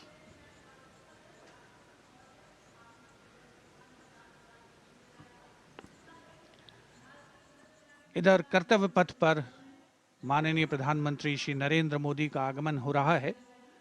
राष्ट्रीय summer स्मारक पर जिन्होंने कृतज्ञ राष्ट्र की ओर से अमर शहीदों को श्रद्धा सुमन अर्पित किए, माननीय प्रधानमंत्री महोदय विधिवत स्वागत करेंगे उपराष्ट्रपति महोदय का उनके आगमन पर और उसके पश्चात माननीय राष्ट्रपति श्रीमती द्रौपदी मुर्मू का आगमन होगा। इस वर्ष के गणतंत्र दिवस के हमारे खास मेहमान फ्रांस के राष्ट्रपति श्री इमैनुअल मैक्रों का। माननीय प्रधानमंत्री श्री नरेंद्र मोदी का स्वागत रक्षा मंत्री श्री राजनाथ सिंह द्वारा।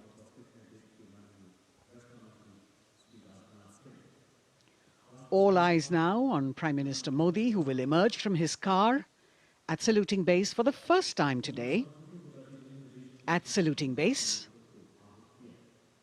And we're all waiting with bated breath to see his beautiful bandhani turban with a matching cravat. His choice of the turban and formal attire, quite a matter of interest for everyone who is here. Prime Minister Modi being received by the Raksha Mantri, Shri Rajnath Singh, the Chief of Defence Staff, the three chiefs of the armed forces, the Raksha Rajya Mantri, Shri Ajay Bhatt, and the Defence Secretary, Shri Giridhar Aramane.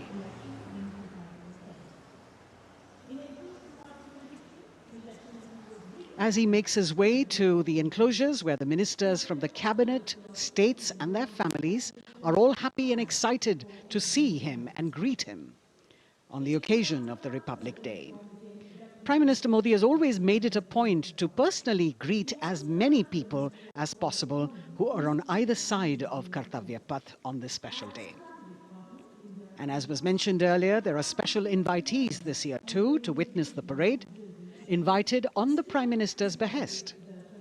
Women workers from the electronic manufacturing industry, guests who have featured on the Prime Minister's weekly radio program Mann Ki Baat, space and rocket scientists from ISRO, farmers from the agricultural sectors and professionals from other fields, all seated in these special enclosures. You can see the Finance Minister and other dignitaries, the External Affairs Minister, Mr. Jaishankar,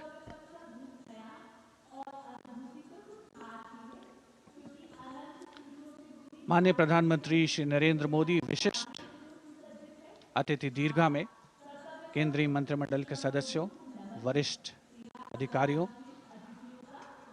केंद्रीय गृह मंत्री, लोकसभा अध्यक्ष और सभी विशिष्ट अतिथिगणों का अभिवादन स्वीकार करते हुए प्रथम परिवार के सदस्य भी यहां पर 75वें गणतंत्र दिवस का हिस्सा बन रहे हैं और विशेष अनुराग उनके प्रति प्रदर्शित करते हुए माननीय प्रधानमंत्री श्री नरेंद्र मोदी एक बहुत ही खुशनुमा अवसर, चिरस्मरणीय अविस्मरणीय 75वां गणतंत्र दिवस।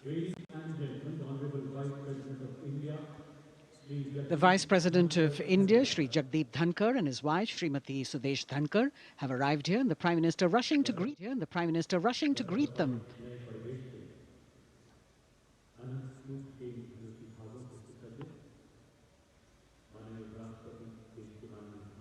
Greetings being exchanged as they move forward and are acknowledging the greetings from the other dignitaries who are present here, the three service chiefs, the CDS.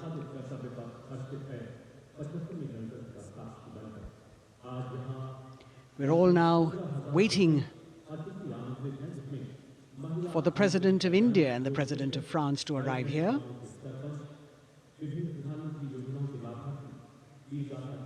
As the Vice President makes his way to the special enclosure, you can see the glimpses of the stately procession with the President's bodyguard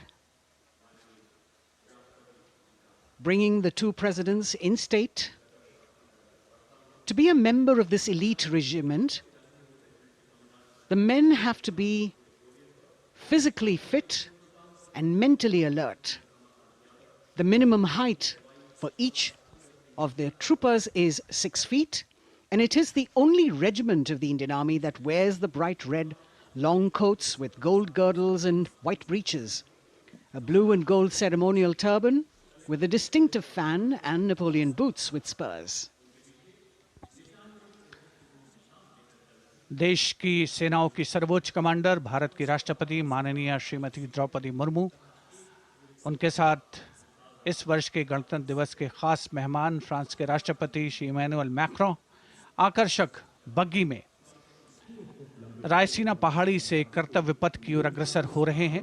राष्ट्रपति महोदय का ये काफिला president bodyguard की unit और यहाँ कर्तव्य पथ पर प्रतीक्षारत माननीय प्रधानमंत्री श्री नरेंद्र मोदी, रक्षा मंत्री श्री राजनाथ सिंह, रक्षा राज्य मंत्री श्री अजय भट्ट, तीनों सेनाओं के प्रमुख, चीफ ऑफ डिफेंस स्टाफ और उपस्थित जनसमूह उत्कंठा से सबकी निगाहें रायसीना पहाड़ी की ओर। विशिष्ट आमंत्रित मेहमान 13,000 के आसपास देश के कोने कोने से पहुंचे हैं। साथ ही वरिष्ठ अधिकारीगण, विदेशी राजनयिक भी हमारे आज के इस राष्ट्रीय गौरव पर्व का हिस्सा बन रहे हैं। देश की प्रगति में प्रत्यक्ष और परोक्ष रूप से योगदान देने वाले वो सभी लोग आज अपने आप को गौरवान्वित महसूस कर रहे हैं, जो कर्तव्य पथ पर मौजूद हैं और जो नहीं भी मौजूद हैं, वो इन दृश्यों से उसका आनंद ले रहे हैं।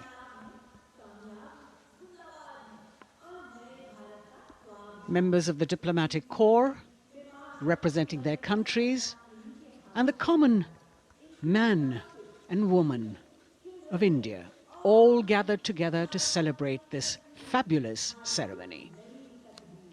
The Prime Minister and other dignitaries waiting to receive the President of India and the President of France as they arrive down Kartavya Path.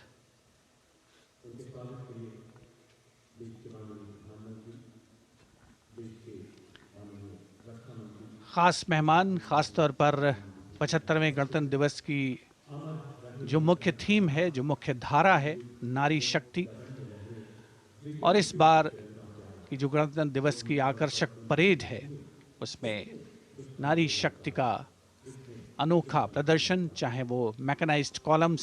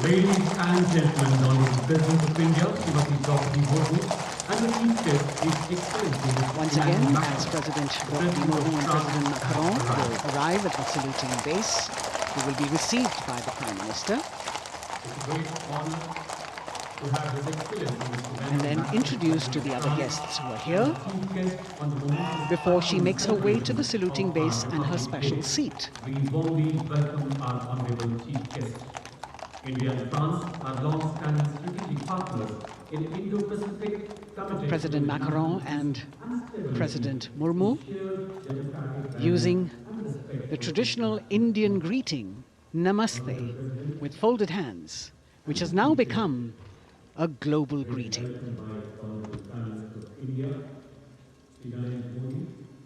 who would introduce him to the Honorable Defence Minister and other dignitaries. The atmosphere warming up here as the mist and fog slowly lift to reveal the radiant faces, the joyous crowds that have assembled here. Prime Minister Modi greeting President Murmu, and of course his friend, the President of France, Emmanuel Macron. A warm embrace and a handshake, an exchange of words as they set the tone for the celebration of their partnership.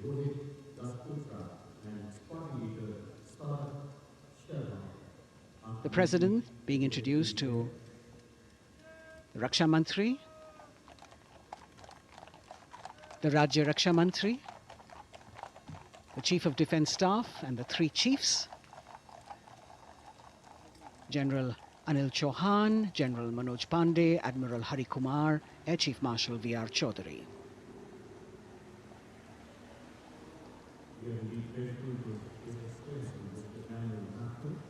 President Macron making it a point to shake hands with each of our dignitary.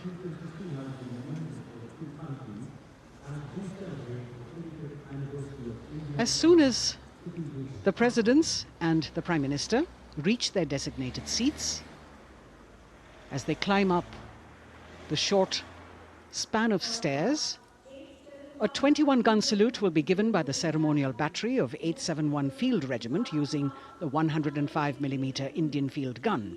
And as the thunderous sounds of the guns resonate across the entire Kartavya Path, heralding the start of the parade under the patronage of the Supreme Commander, the national flag will be unfurled and the national anthem will be played by the military bands positioned across below the national emblem, the lion capital of Sarnath. Everyone present here and those watching us at home will also stand in honor and respect of the tricolour unfurled on the 75th Republic Day.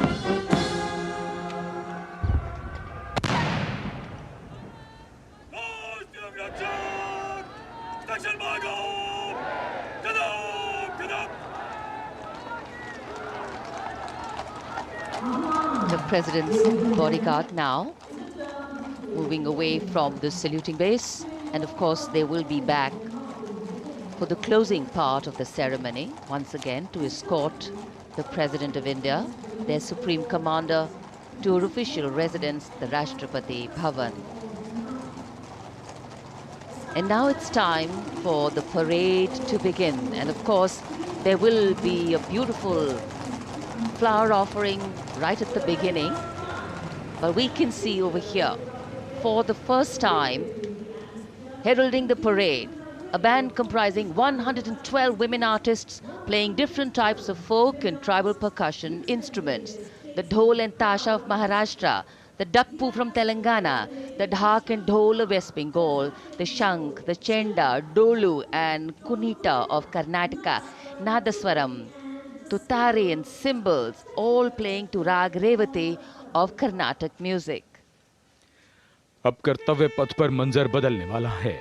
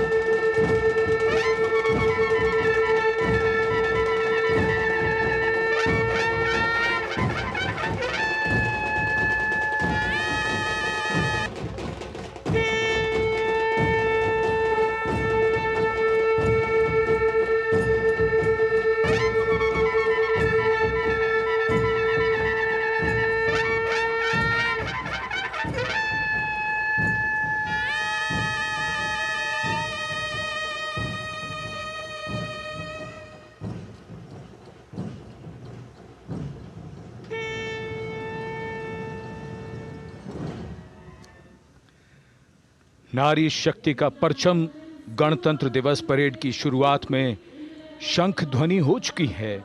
ये है शुभारंभ। जमीन और आकाश दोनों तैयार दुनिया के सबसे बड़े लोकतंत्र के भव्य गणतंत्र उत्सव के लिए भारत के गौरव के उमंग के रंगों को अब चमकते हुए देखिए।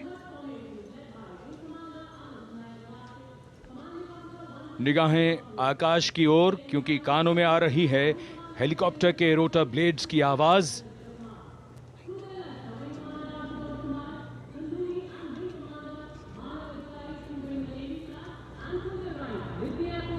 कोहरे के आसमान में इनकी लाइट्स, इनका प्रकाश दिखता हुआ। ध्वज फॉर्मेशन में 4 Mi-17 हेलीकॉप्टर्स उड़ान भरते हुए सलामी मंच की ओर। फॉर्मेशन का नेतृत्व विंग कमांडर आनंद विनायक अगाशे कर रहे हैं। उनके साथ विंग कमांडर आदित्य जायसवाल राष्ट्रीय ध्वज के साथ उड़ान भरते हुए, उनके पीछे सेना के ध्वज के साथ विंग कमांडर शैलेंद्र कुमार सिंह और flight lieutenant Aditya Kumar, wing commander Ashutosh Khanduri और विंग कमांडर मानव अधिकारी नौसेना के ध्वज के साथ, और विंग कमांडर अभिषेक शर्मा और स्क्वाड्रन लीडर पूर्णिमा वायुसेना के ध्वज के साथ दर्शकों के ऊपर पुष्प वर्षा करते हुए। शानदार दृश्य, भव्य प्रारंभ।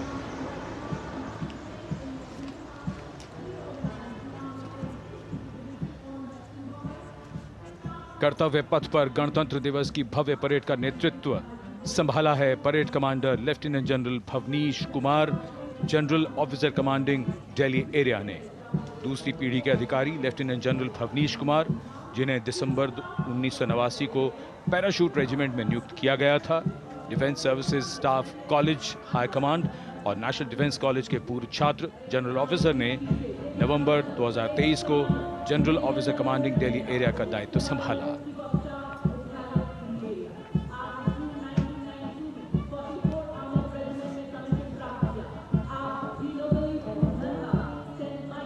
और परेड कमांडर के ठीक पीछे अपने वाहन पर सवार परेड के द्वितीय कमान 2IC major general Sumit Mehta. Major general Mehta को जून 1992 में कमीशन प्राप्त हुआ। राष्ट्रीय रक्षा अकादमी खड़गवासला और भारतीय सैन्य अकादमी देहरादून के पूर्व छात्र मेजर जनरल सुमित मेहता, उन्हें सेना कमांडरों और सेनाध्यक्ष प्रशस्ति पत्रों से सम्मानित किया जा चुका है। सन 2010 में भारत के राष्ट्रपति द्वारा विशिष्ट सेवा पदक से सम्मानित किया जा चुका है परेड के 2IC major general Sumit Mehta. कर्तव्य पथ पर अब वो परमवीर, वो योद्धा जिन्होंने बाजी पलट दी, दुश्मन को नाकों चने चबा दिए, मौत से आंखों में आंखें डालकर जूझे और वीरता की कहानियां बन गए। स्वागत कीजिए परमवीर चक्र और अशोक चक्र से सम्मानित वीरों का। परमवीर चक्र से सम्मानित subedar major honorary captain Yogendra Singh Yadav,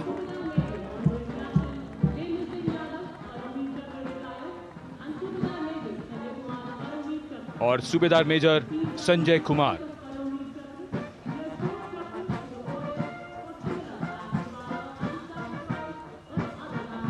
और इनके वाहन के ठीक पीछे अशोक चक्र से सम्मानित मेजर जनरल CA पिठावाला, सेवानिवृत्त, lieutenant colonel Jasram Singh,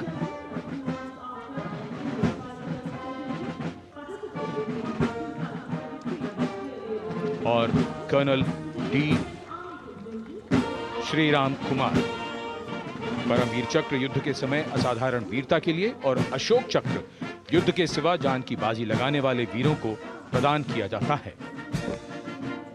And following the gallantry award winners, we have a very special marching contingent and band from France.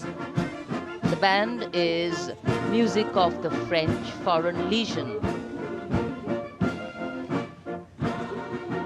The French Foreign Legion music band led by Captain Khourda, comprising 30 musicians, playing the Legion's anthem called La Boudin. And close behind them, we have the 2nd Foreign Infantry Regiment. The marching contingent comprising 90 Legionnaires led by Captain Noel. The Legionnaires wear the famous white cap, which can be worn only by Legionnaires who have successfully been through 4 months of hard selection tests, and the best Legionnaires get promoted and wear the black cap you can see in the first row.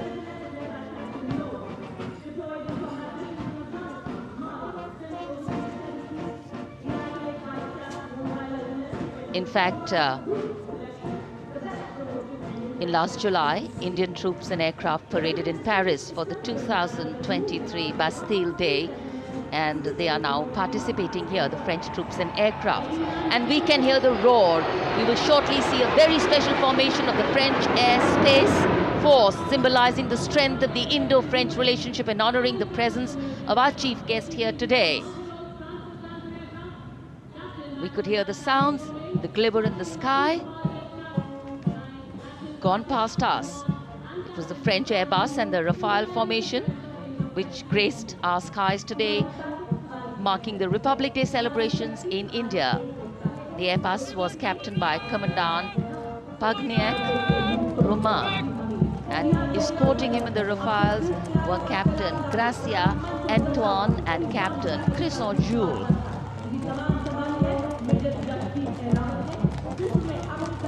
Going past the saluting base, the 1st Army contingent leading the mechanized column is that of the 61 Cavalry, led by Major Yashdeep Ehlawat. Raised in 1953, the 61 Cavalry is the only serving active horse cavalry regiment in the world. The motto of the regiment, Ashwa Shakti Yashobal, meaning horsepower is forever supreme.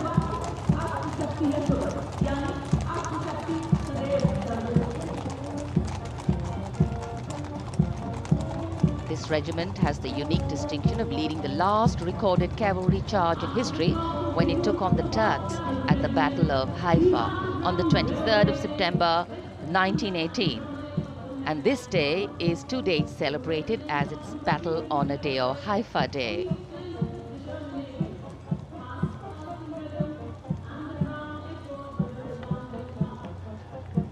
कर्तव्य पथ पर सलामी मंच के सामने अगली टुकड़ी tank T-90 Bhishma की है, जिसका नेतृत्व 42 बख्तरबंद रेजिमेंट के लेफ्टिनेंट फैज सिंह ढिल्लन कर रहे हैं। भीष्म टैंक तीसरी पीढ़ी का मुख्य युद्धक टैंक है, जो 125 मिलीमीटर स्मूथ बोर गन से लैस है, घातक वार करता है दुश्मन पर, रक्षा करता है देश की सीमाओं की। रेजिमेंट का आदर्श वाक्य कर्म शौर्य विजय। भारत की उन्नत सामरिक शक्ति का प्रदर्शन कर्तव्य पथ पर देश का 75वां गणतंत्र दिवस समारोह।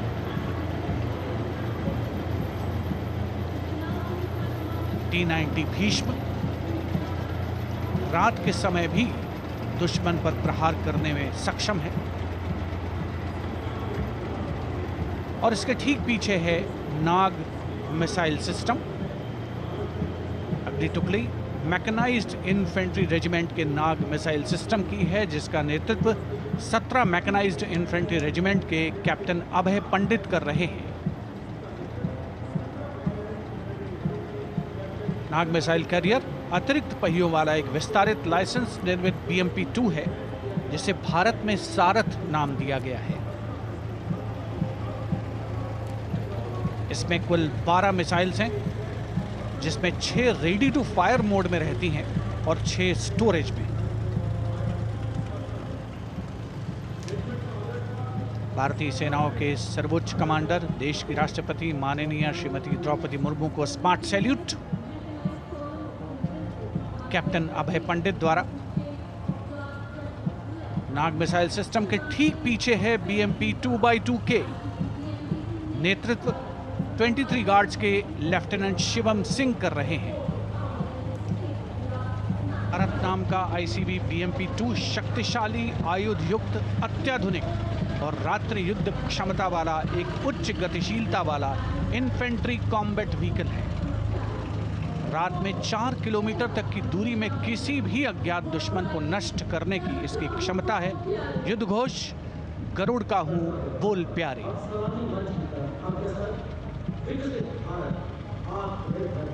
BMP-2x2K का आदर्श वाक्य पहला हमेशा पहला।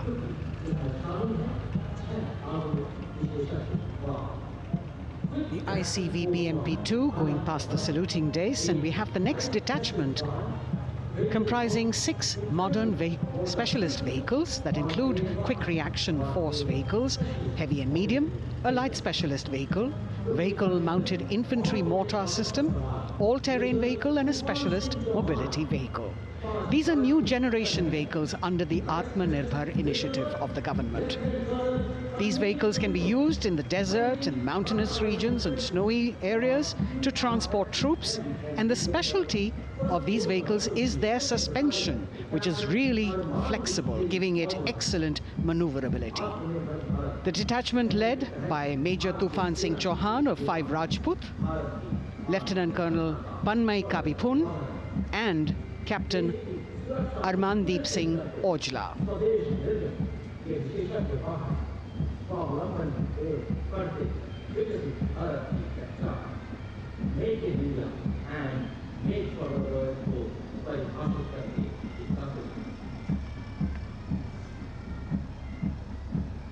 Specialized vehicles of the Indian Army that provide them support on the ground.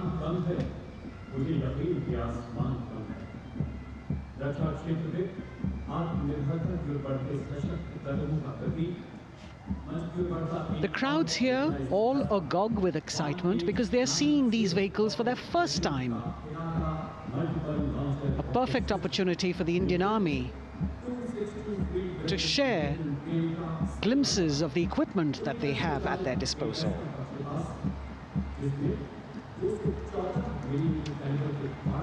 Behind the all-terrain vehicles, we have the Pinaka of the Regiment of Artillery, led by Lieutenant Priyanka Sevda. The Pinaka multi-barrel rocket launcher system is an indigenously designed, developed and manufactured medium-range, all-weather, free-flight artillery rocket system. Fully automated, this offensive weapon system, with each launcher boasting of 12 rockets, developed by the DRDO, Pinaka is a vital component of the offensive operations of the artillery. Sarvatra Izzat-o-Iqbal, their motto, everywhere with honor and glory, receiving a round of applause from the assembled guests.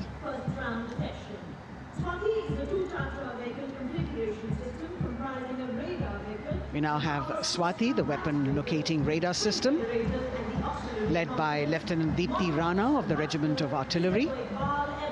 Developed again by the DRDO and Bharat Electronics, this is the highly mobile radar system designed for automatic first-round detection. The counter battery radar is designed to detect and track incoming artillery and rocket fire to determine the point of origin for counter battery fire. Weapon locating radar system Swati. President acknowledging their salutes, as we now have the Sarvatra mobile bridging system of the Corps of Engineers, led by Captain Suman Singh of 9 Rapid Engineer Regiment, a made-in-India specialized equipment for bridging over dry and wet gaps of terrain. It can span a minimum of 15 meters in a single span and a maximum of 75 meters in multi-span. A lone helicopter, rather 3 helicopters in Vic formation as they move forward, and we have the mechanized column of the Indian Army on the ground. कर्तव्य पथ पर भारत की सैन्य शक्ति का प्रदर्शन lieutenant colonel Ankita Chauhan नेतृत्व कर रही हैं मोबाइल ड्रोन जैमर सिस्टम का। इस सिस्टम का उपयोग ड्रोन, मानव रहित विमान प्रणाली, सिग्नल का पता लगाने, ट्रैक करने और ड्रोन गतिविधियों को रोकने के लिए यानी जैम करने के लिए किया जाता है। आज के समय की चुनौतियों के लिए बेहद कारगर सिस्टम। कोर का आदर्श वाक्य तीव्र चौकस।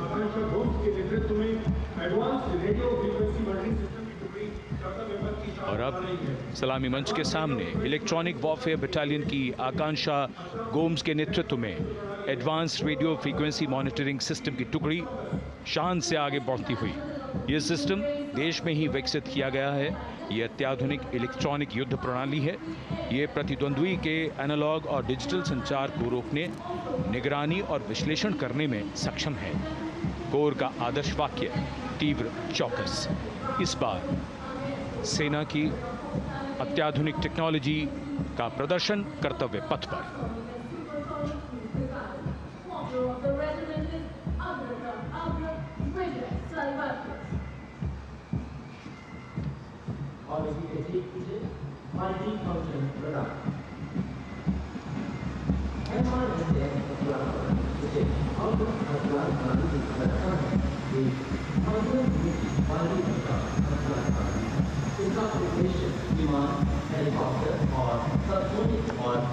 And now going past the saluting base, we have the multi-function radar, the MFRDR radar. This is led by Captain Abhijit Kumar of 503 AD Missile Regiment. The MR SAM weapon system is also called the Abra weapon system. It's a medium-range air defense weapon system and is intended for the protection of its own critical assets and ground forces against a vast array of hostile aerial targets to include aircrafts, helicopters, and subsonic and supersonic cruise missiles. The motto of the Corps of the Army Air Defense is Akashe Shatrun Jahi.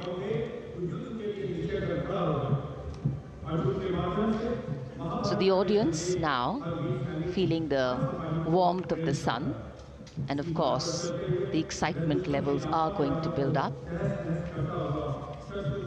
So we have flowers and we have colors of different people from different parts of the country, all adding to diversity, variety, and beauty.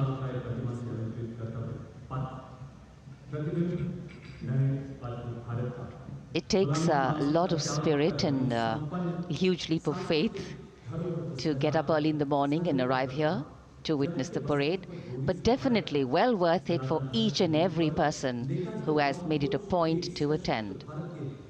We shared with you Doordarshan's specially placed cameras giving you views, bird's eye views, and our Jimmy Jib views, and of course close-ups catching the mood and the morale of the place. Special invitees, special dignitaries from all across, and in an effort to make it more inclusive, these special guests are prominently seated on either side of Kartavya Path, and of course right across the Prime Minister's enclosure. Representatives of vibrant villages are also among the special guests, and this is a program aimed at complete inclusivity and taking growth right to the grassroots. Meanwhile, here on Kartavya Path, marching boots, military music, all continue. And approaching the saluting base, we have the Madras Regiment.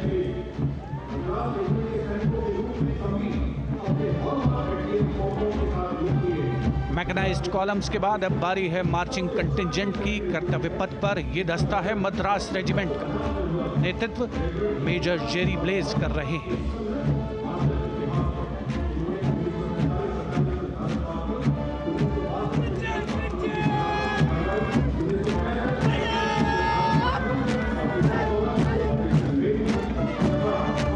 Madras regiment भारतीय सेना की सबसे पुरानी infantry regiment है, जिसकी उत्पत्ति वर्ष 1750 में हुई थी।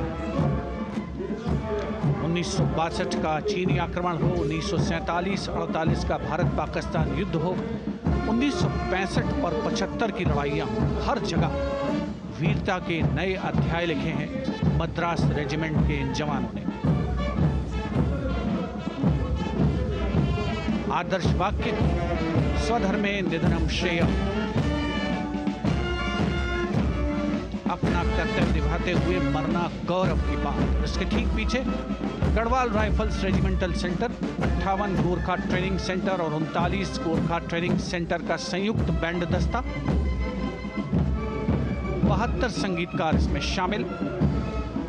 और बैंड दस्ते के ठीक पीछे आ रहा है ग्रेनेडियर्स का मार्चिंग कंटिंजेंट, आकर्षक वेशभूषा से सुरक्षित सुसज्जित होते हैं।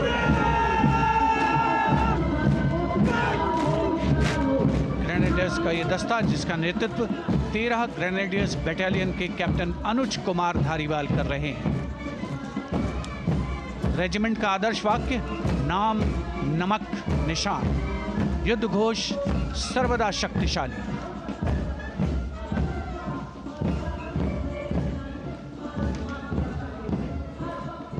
युद्ध क्षेत्र में उत्कृष्ट प्रदर्शन खासियत है ग्रेनेडियर्स की।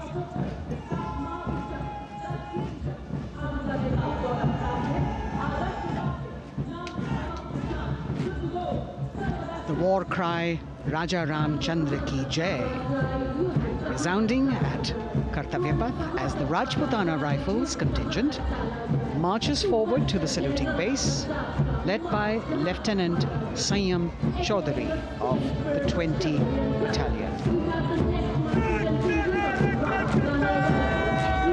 This is the oldest rifle regiment of the Indian Army, having been raised in 1775. It also has the distinction of winning 10 Arjuna Awards. Its most famous junior commissioned officers are Neeraj Chopra and Deepak Punia, Subedars in the regiment, and they have brought laurels in Olympics and Asian Games for the nation.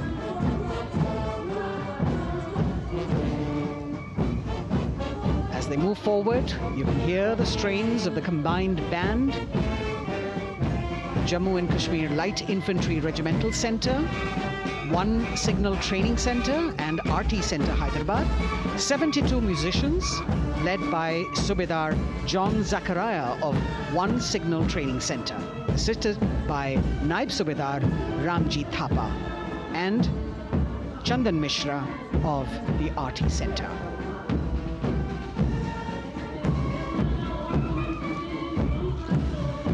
Playing the tune Young India. And for the first time, we have an all-women contingent from the Tri-Services, led by Captain Sandhya of the military police. This team includes Agniveers and regular recruits. Though they underwent rigorous training and practice in their individual areas, they have successfully managed to cohesively work together under the leadership of Captain Sandhya to be ready for this parade. 148 women soldiers from the Corps of Military Police of Army, Navy and Air Force.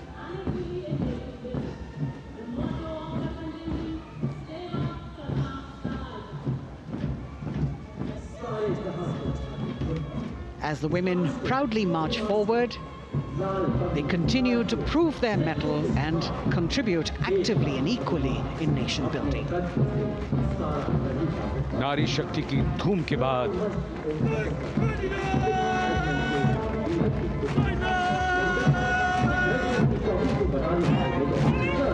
कर्तव्य पथ पर Sikh regiment की टुकड़ी सलामी मंच के सामने major Sarabjit Singh की कमान में। स्वतंत्रता के बाद ये रेजिमेंट भारतीय सेना की सभी कार्रवाइयों में सबसे आगे रही है। चुस्त कदमों से आगे बढ़ते हुए, कंधे से कंधे और कदम से कदम मिले हुए, कई सम्मान प्राप्त ये रेजिमेंट, जिसका आदर्श वाक्य निश्चय कर अपनी जीत करो और युद्ध घोष बोले सोनिहाल सत श्री अकाल।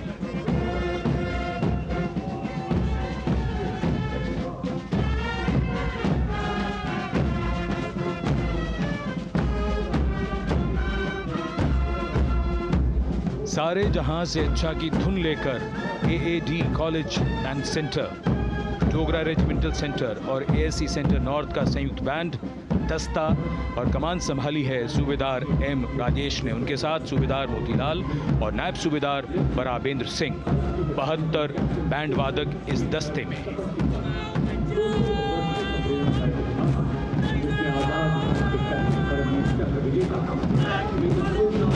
कुमाऊं रेजिमेंट का ये दस्ता कैप्टन चिन्मय शेखर तपस्वी नेतृत्व करते हुए, रेजिमेंट का 200 वर्षों का समृद्ध इतिहास है। रेजिमेंट को पहला परमवीर चक्र प्राप्त करने का सम्मान भी प्राप्त है। रेजिमेंट का आदर्श वाक्य पराक्रमो विजयते, युद्ध घोष कालिका माता की जय।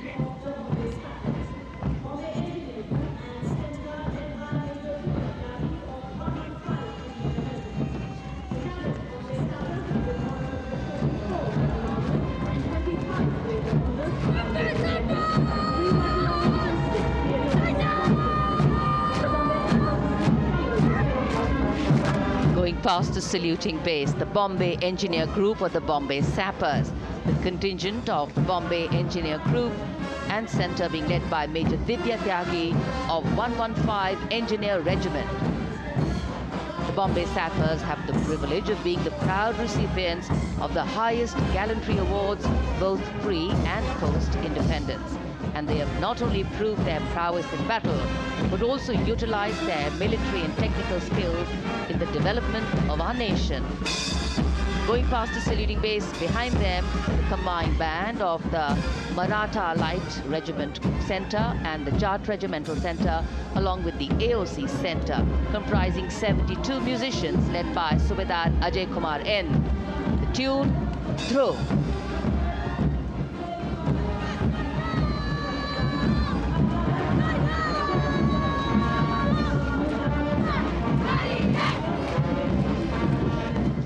Following the band, we have marching forward for the first time ever on Kartavya Path, an all-women contingent of the Armed Forces Medical Services led by Major Shrishti Khullar, with Captain Amba Samant from the Army Dental Corps, Surgeon Lieutenant Kanchana from the Indian Navy, and Flight Lieutenant Divya Priya from the Indian Air Force, followed by 144 officers of the Military Nursing Service.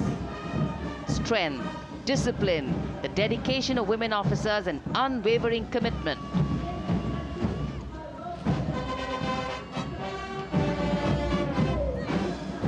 और ये है कर्तव्य पथ पर सलामी मंच के सामने जय भारती की जोशीली धुन बजाता हुआ नौसेना का ब्रास बैंड। नेतृत्व band master chief petty officer second class M Anthony Raj कर रहे हैं। भारतीय नौसेना का विश्व विख्यात ब्रास बैंड दस्ता, 80 बैंड वादक जिसमें शामिल।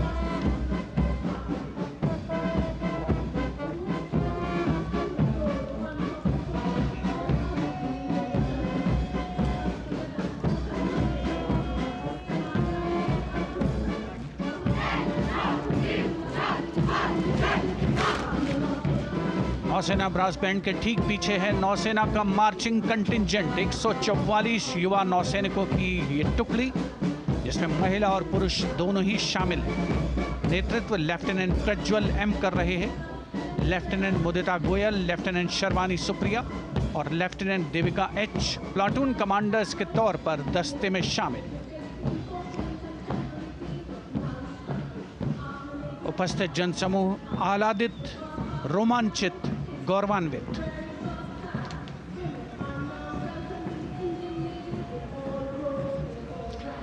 और यह है सलामी मंच के सामने पहुंचती हुई भारतीय नौसेना की झांकी, जिसमें दो महत्वपूर्ण विषयों को दर्शाया गया है। पहला है नारी शक्ति। भारतीय नौसेना में महिलाओं की सभी भूमिकाओं और सभी रैंक्स में प्रवेश हो रहा है उनका, और उनका स्वागत किया जा रहा है। झांकी के कमांडर हैं लेफ्टिनेंट कमांडर भोपे जुई मिलिंद और लेफ्टिनेंट कमांडर निशीथ के एस। स्वदेशीकरण के माध्यम से महासागरों में समुद्री शक्ति को भी इस झांकी में दर्शाया गया है।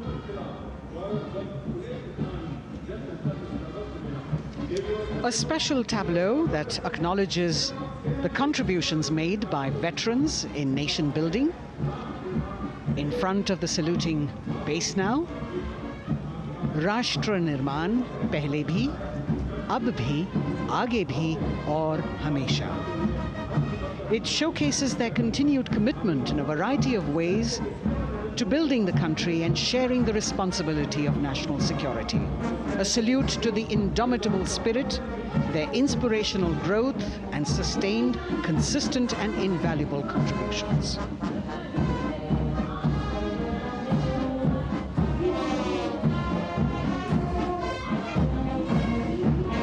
Now the youngest of the armed forces, the Indian Air Force, the band led by Sergeant C.A. Daniel, playing the tune Sound Barrier Quick March. And that is the bars formation. 3 MiG-29 aircraft flying past in VIG formation, led by Group Captain Manoj Bhargav, Wing Commander Anup Milan Gadkari, and Wing Commander Ankit Bhatia. As we have the Indian Air Force band going past the saluting base, we've got the marching contingent just behind them, comprising 144 airmen and 4 officers in a box formation, led by Squadron Leader Rashmi Thakur, Squadron Leader Sumita Yadav, Squadron Leader Pratiti Aluwalia, and Flight Lieutenant Kirti Rohil. Incidentally, Sumita Yadav had participated in the Bastille Day parade as well.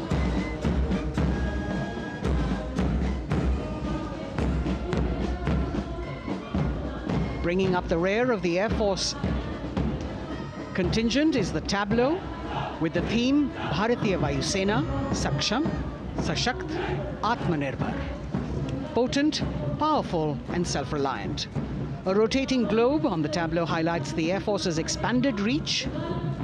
You've got the transport aircraft, the C-295, flown by 2 women aircrew in the cockpit. The middle portion has the Tejas and the Sukhoi 30. You've got Flight Lieutenant Ananya Sharma and Flying Officer Asma Sheikh also present on the tableau in full flying gear. The gender-inclusive approach of the Indian Air Force. और अब कर्तव्य पथ पर DRDO की झांकी, जिसमें रक्षा में आत्मनिर्भरता के लिए प्रयासरत इस संगठन में महिलाओं के प्रयास और उनकी भागीदारी को दर्शाया गया है। नेतृत्व कर रही हैं इस झांकी का सुनीता देवी जेना, एक बहुत ही प्रतिभाशाली वैज्ञानिक और गाइडेड मिसाइल्स की विशेषज्ञ हैं। इन्होंने लिक्विड टेक्नोलॉजी का विकास किया है, स्वदेशी। झांकी में DRDO में महिलाओं की भागीदारी को भूमि, वायु, समुद्र और साइबर अंतरिक्ष में दिखाया गया है। झांकी में कई मिसाइल प्रणालियों को भी देखा जा सकता है। भारत की सैन्य शक्ति और भारत के निर्माण में महिलाओं का योगदान रेखांकित होता हुआ भारतीय तटरक्षक बल का बैंड उत्तम अधिकारी म्यूजिशियन पापनूर जी बाबू की कमान में सलामी मंच के सामने से गुजरता हुआ।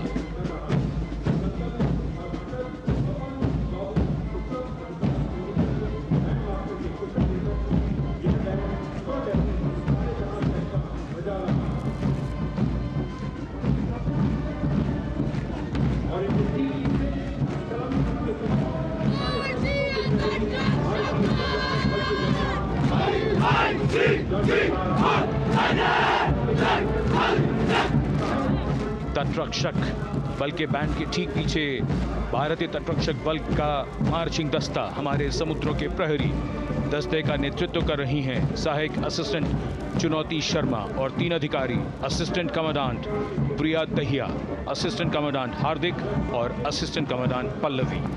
बल का आदर्श वाक्य वयम रक्षामः, वी प्रोटेक्ट। इस बल ने अपनी स्थापना के बाद से 11,516 लोगों की जानें बचाई हैं, यानी हर दूसरे दिन एक जीवन। A change of color now, going past the saluting base. Again, for the first time on Kartavya Path, the BSF Mahila Brass Band, under the command of Sub-Inspector Shweta Singh. The band is playing the tune Bharat Ke Jawan.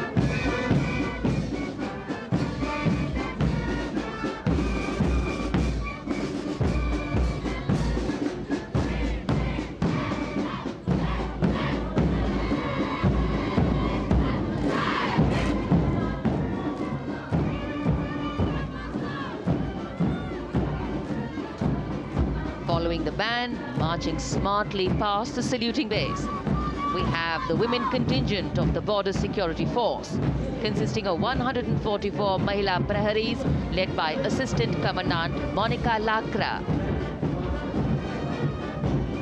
The BSF opened its doors to the Mahila officers in 2013, and 3 years later again in 2016, women became an integral part of all ranks of the Border Security Force.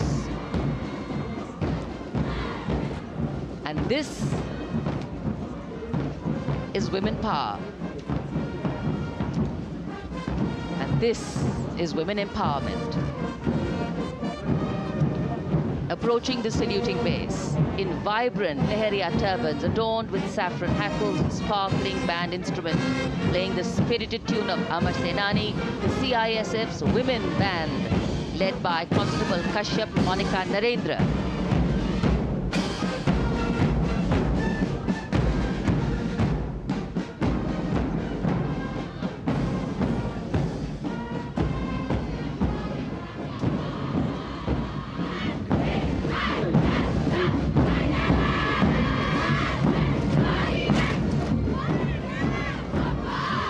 marching with the beat, with the rhythm. The CISF Women Marching Contingent, led by Assistant Commandant Tanmay Mohanty, going past the saluting base. The motto, protection and security. Sunshine spread across Kartavya Path today.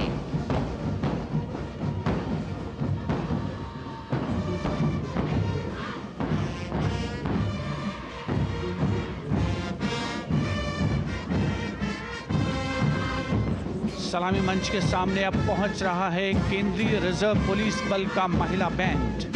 Constable सोसा अल्पापेन की अगुवाई में देश के हम है रक्षक की जोशीली धुन बजाता हुआ सीआरपीएफ को अपने पहले महिला बैंड दस्ते की स्थापना का श्रेय भी जाता है। इस महिला बैंड दस्ते में 100 उत्साही महिला सेनानी शामिल। कर्तव्य पथ रोमांच से सराबोर। सीआरपीएफ का महिला मार्चिंग दस्ता अब सलामी मंच के सामने peace keepers of the nation के नाम से जाना जाता है। नेतृत्व कर रही हैं 234वीं बटालियन विशाखापट्टनम की असिस्टेंट कमांडेंट मेघा नायर।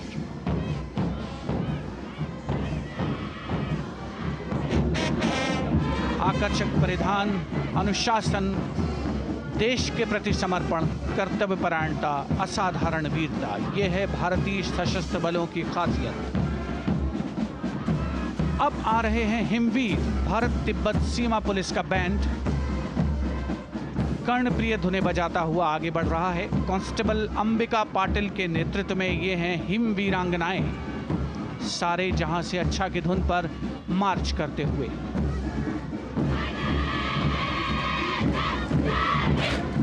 और यह भारत तिब्बत सीमा पुलिस का महिला मार्चिंग कंटिजेंट, नेतृत्व असिस्टेंट कमांडेंट मोनिया शर्मा कर रही हैं। इस गौरवशाली टुकड़ी में 3 अधीनस्थ अधिकारी और 144 अन्य रैंक शामिल हैं।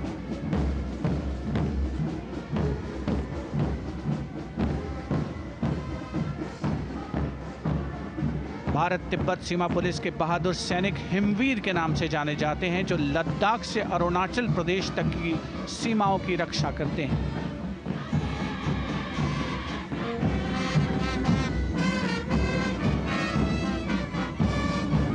Increased presence of women at Kartavya Path, the Shasastra Seema Bal Band contingent led by Inspector Jaya Sharma. जोश भरा है सीने में, हाथ और है हथेलियों पे जान. That is their tune. As the Defense Minister, Prime Minister and President Macron watch this Special Service Bureau that was set up in 1963 with the aim to strengthen the lost self-confidence of the people after the India-China war. The SSB contingent now, Deputy Commandant Nancy Singla, leading this force, in addition to guarding the Indo-Nepal and Indo-Bhutan borders, playing an important role in the Naxal-affected states of Chhattisgarh, Jharkhand and Bihar. The motto of the Sashastra Seema Bal, service, security and brotherhood. And now warming the hearts of the people of Delhi, the contingent from the Delhi Police. The Delhi Police Band for the first time on the parade, being led by women, Bandmaster Sub-Inspector Ruyangunyo Kensei, playing the Delhi Police song. Just behind the band, the Delhi Police Marching Contingent, which is a 15-time winner of the Best Marching Contingent of the Republic Day Parade. This time it is an all-women affair. Additional Deputy Commissioner of Police, Shweta Sugathan, leading the smartly red safa-clad women officers down Kartavya Path to the tune of the Delhi Police song. It is indeed thrilling to know that the Delhi Police have been participating in Republic Day parades since 1950. And coming now onto the saluting base, the regal camels of the BSF, the ships of the desert. रेगिस्तान के जहाज का स्वागत कीजिए कर्तव्य पथ पर सीमा सुरक्षा बल का ऊंट दस्ता डिप्टी कमांडेंट मनोहर सिंह खींची की कमान में। आकर्षक सजे धजे ऊंटों पर बीएसएफ के जवान। गणतंत्र दिवस परेड में दूसरी बार महिला ऊंट सवार भाग ले रही हैं। राजस्थान के थार रेगिस्तान और कच्छ के रण के दुर्गम इलाके में तैनात बल के जवानों के भरोसेमंद साथी हैं ये ऊंट। बीएसएफ का आदर्श वाक्य, जीवन पर्यंत कर्तव्य। बहुत ही आकर्षक ये ऊंट दस्ता, जिसकी G20 शिखर सम्मेलन के दौरान विदेशी प्रतिनिधियों ने बहुत प्रशंसा की थी। और इनके ठीक पीछे बीएसएफ का ऊंट बैंड मास्टर सब इंस्पेक्टर अमल चट्टोपाध्याय की कमान में 35 बैंड वादकों का ये दल, और धुन बजा रहा है हम हैं सीमा सुरक्षा बल, बहादुरों का दल।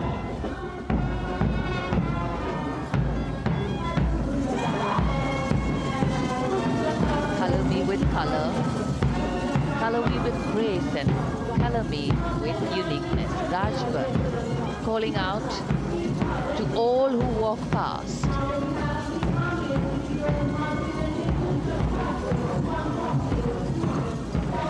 Visual delight, visuals captured in our mind's eye for posterity.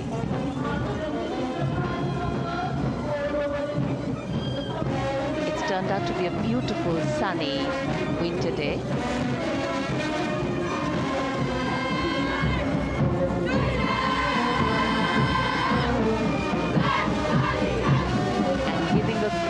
Word of command, the NCC Girls Marching Contingent, comprising 148 smart, young and vibrant cadets led by Senior Under Officer Punya Ponnamma.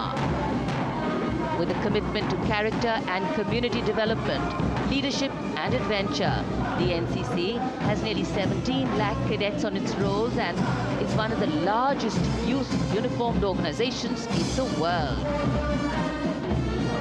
And now, the NCC Girls Combined Band. This is an all-girl representation this year, and the combined band of the NCC Girls Birla Balika Vidyapeeth Milani, the NCC Girls Northeastern region, is being led by Senior Under Officer Yashavika Gaur and Ankita Sharma. The tune, yes, Sare Jahan Se Acha.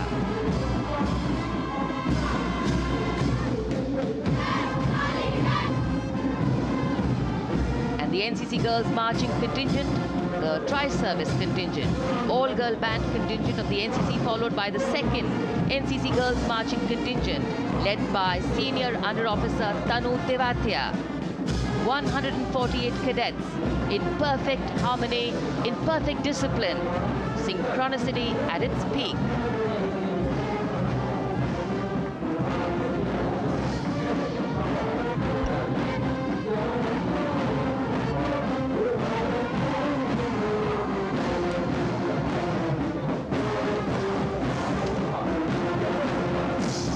NCC cadets के बाद कर्तव्य पथ पर अब बारी है राष्ट्रीय सेवा योजना के मार्चिंग दस्ते की, जिसे एनएसएस के नाम से जाना जाता है। 200 महिला स्वयंसेवी इसमें शामिल।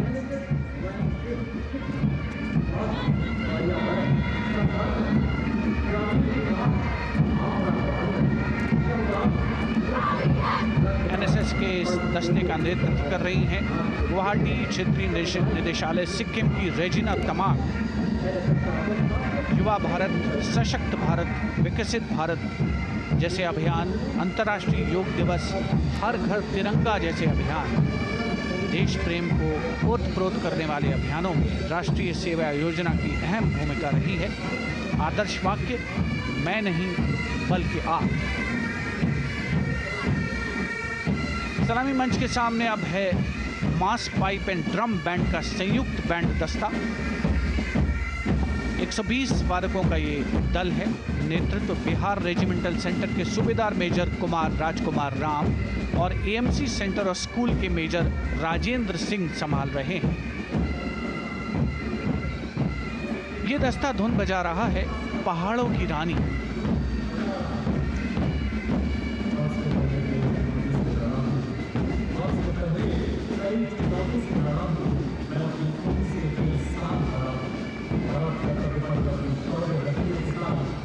The beautifully decorated jeeps bringing the 19 children given this year's Prime Minister's Bravery Awards.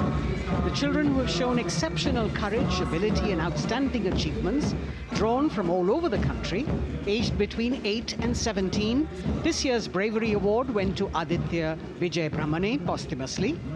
One child each in categories of bravery, science and technology, art and culture, innovation, social service and sports were selected.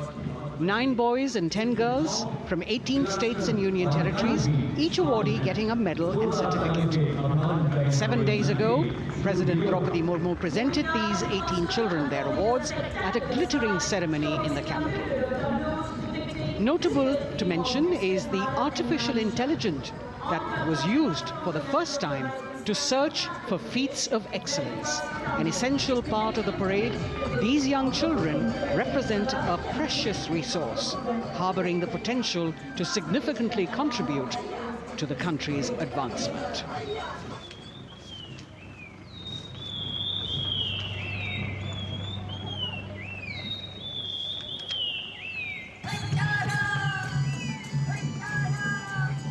The bird song of the Bugun Community Reserve, Viksit Bharat from Arunachal Pradesh.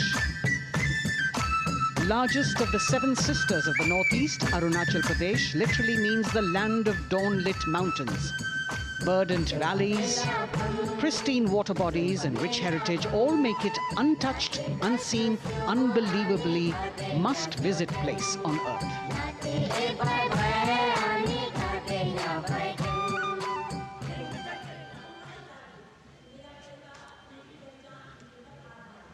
From Arunachal, we move to the state of Haryana and the government-run program called Mera Parivar Meri Pehchan, which attempts to provide the benefits of government-run schemes to eligible families by using technology and connecting with every family in the state. Data collected and updated by the government helps empowering the residents easily, digitally, be it procuring ration, agricultural subsidies, scholarships or pensions. पल पल चलती rail metro सुगम सभी का आना जाना परिवार पहचान पत्र से खुशहाली का यह ठिकाना उन्नत खेती मन हर लेती हरियल फसलों का लहराना इतना सब मेरे सूबे में मन क्यों ना चाहे इतराना जय हरियाणा। हरियाणा से चलते हैं एक बार फिर पूर्वोत्तर की ओर। बारी है मणिपुर की। मणिपुर राज्य की झांकी थंबल गी लांगला लोटस थ्रेड्स विषय वस्तु पर आधारित। मणिपुर का ईमा केथिल 500 साल पुराना बाजार, दुनिया का एकमात्र बाजार जो महिलाओं द्वारा संचालित है।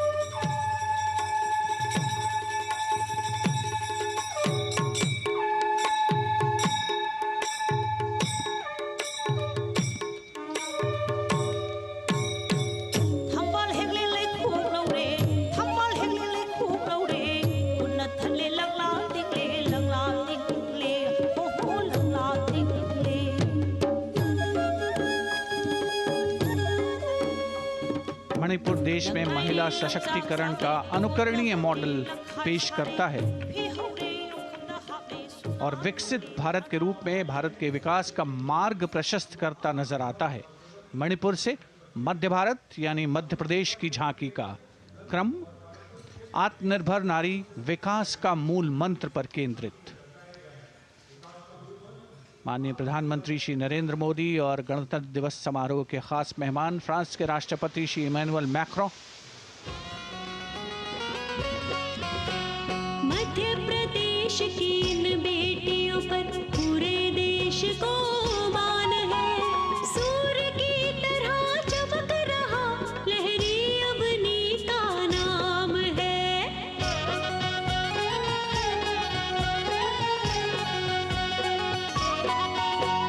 दुर्गा माई की कला ने भारत की शोभा बढ़ाई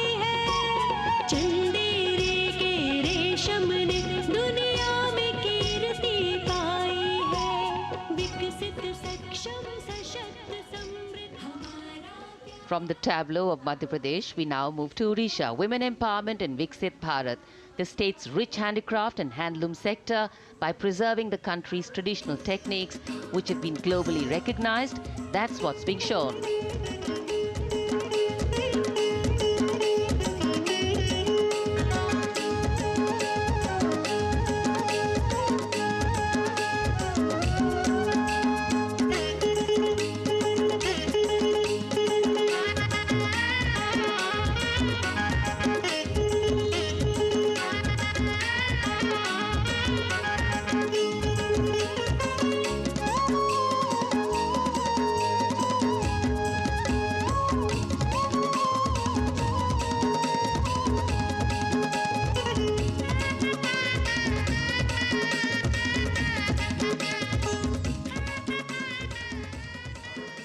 Sidestepping from Odisha to Chhattisgarh, we now wait the tribal themed tableau from Chhattisgarh, reflecting the democratic consciousness and traditional democratic values present in tribal communities since ancient times, which are still alive and prevalent in the Bastar division of the state, even after 76 years of independence.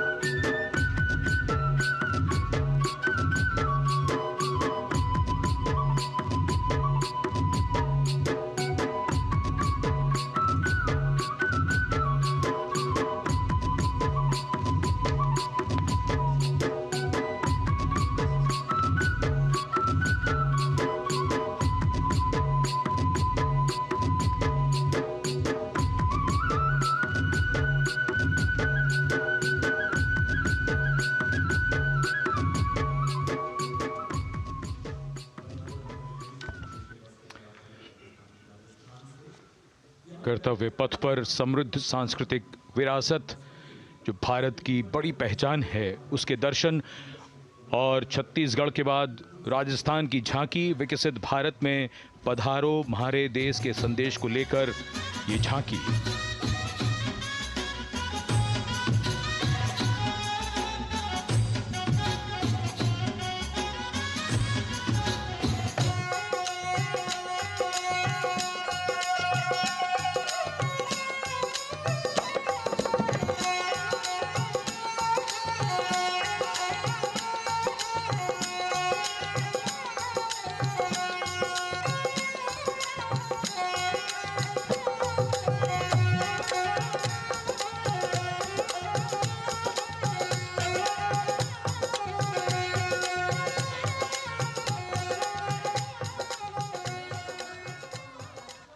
Rajasthan के बाद चलते हैं महाराष्ट्र की ओर।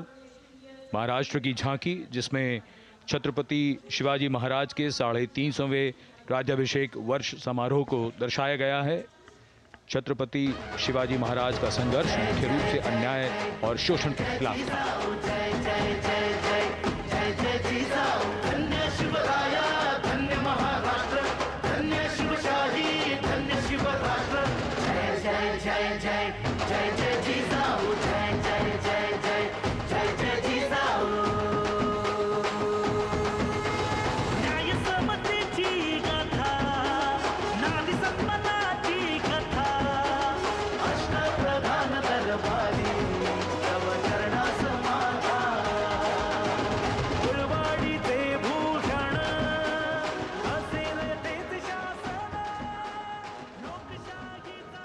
And now let's move on to the next tableau of Andhra Pradesh. The tableau is on the subject of transforming school education, making students globally competitive. విద్యలకు మేమే సాటి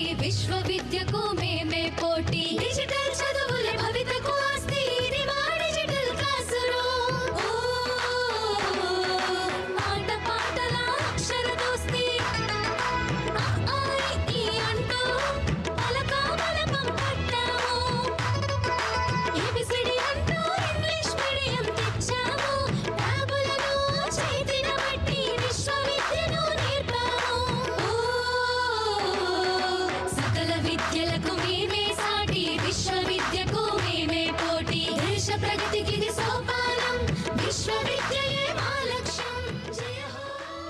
The transformation of medium of education theme is depicted in the entire tableau. And here comes the next, Ladakh. Viksit Bharat, empowering women through employment in Ladakh's journey.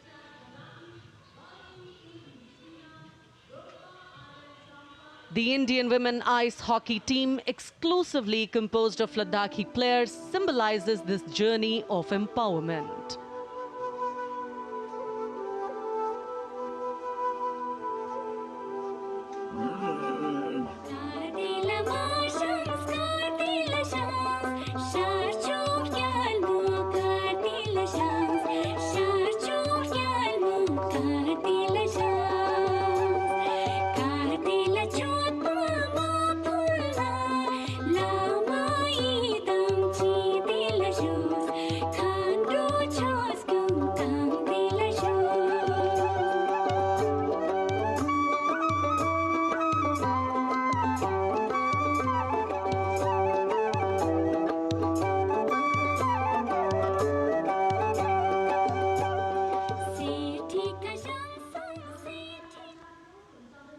और अब सलामी मंच के सामने धीरे धीरे शान से अग्रसर होता हुआ तमिलनाडु राज्य की झांकी। इस झांकी में तमिलनाडु के प्राचीन कुदवलय प्रणाली यानी मिट्टी के बर्तन में मतपत्र डालकर चुनाव किए जाने की प्राचीन परंपरा को दर्शाया गया है।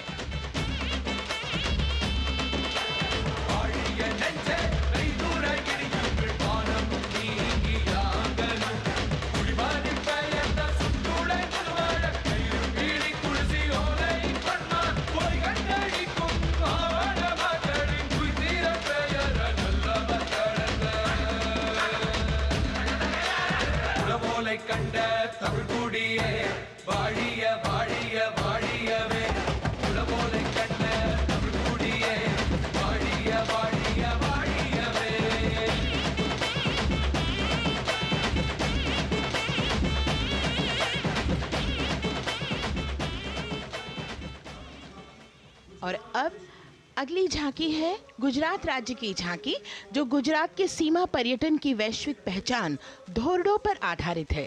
इस झांकी में गुजरात के कच्छ की संस्कृति को दिखाया गया है, जिसमें कच्ची घर भूंगा, स्थानीय हस्तशिल्प और रोगन कला सम्मिलित है। झांकी में कच्छ गांव की दृश्यावली बताती है क्यों गुजरात आज विश्व पर्यटन की नई पहचान है।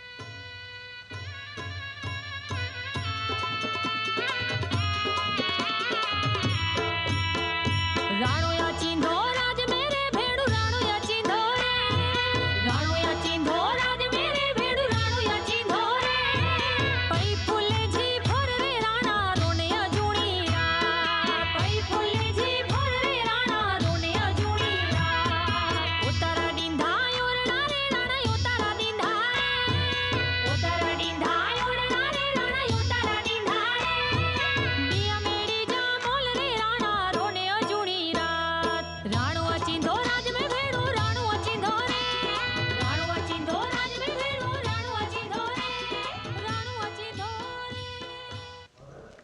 From Gujarat, it's time to move on to Meghalaya. The tableau opens an enchanting display of Meghalaya's cherry blossoms, transforming the landscape into a canvas awash in delicate shades of pink.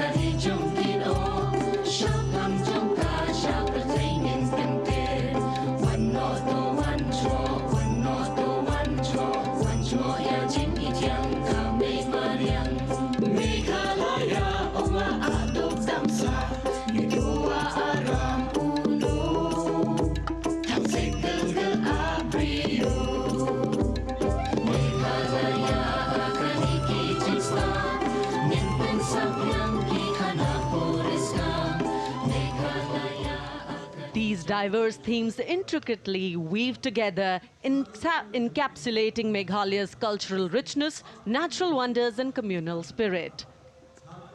And here comes Jharkhand. transporting us through the rich heritage of Tussar silk, once known as Kosa or Vanya silk.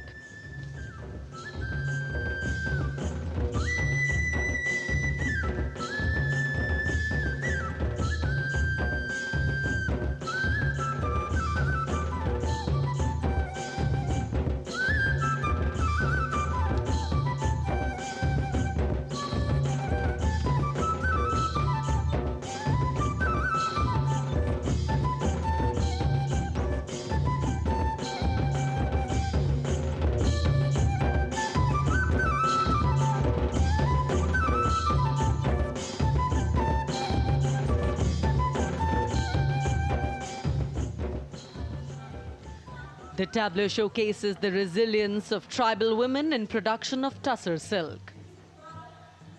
और ये है विकसित भारत समृद्ध विरासत को दर्शाती उत्तर प्रदेश की मनोरम झांकी, जो श्री अयोध्या धाम पर आधारित है।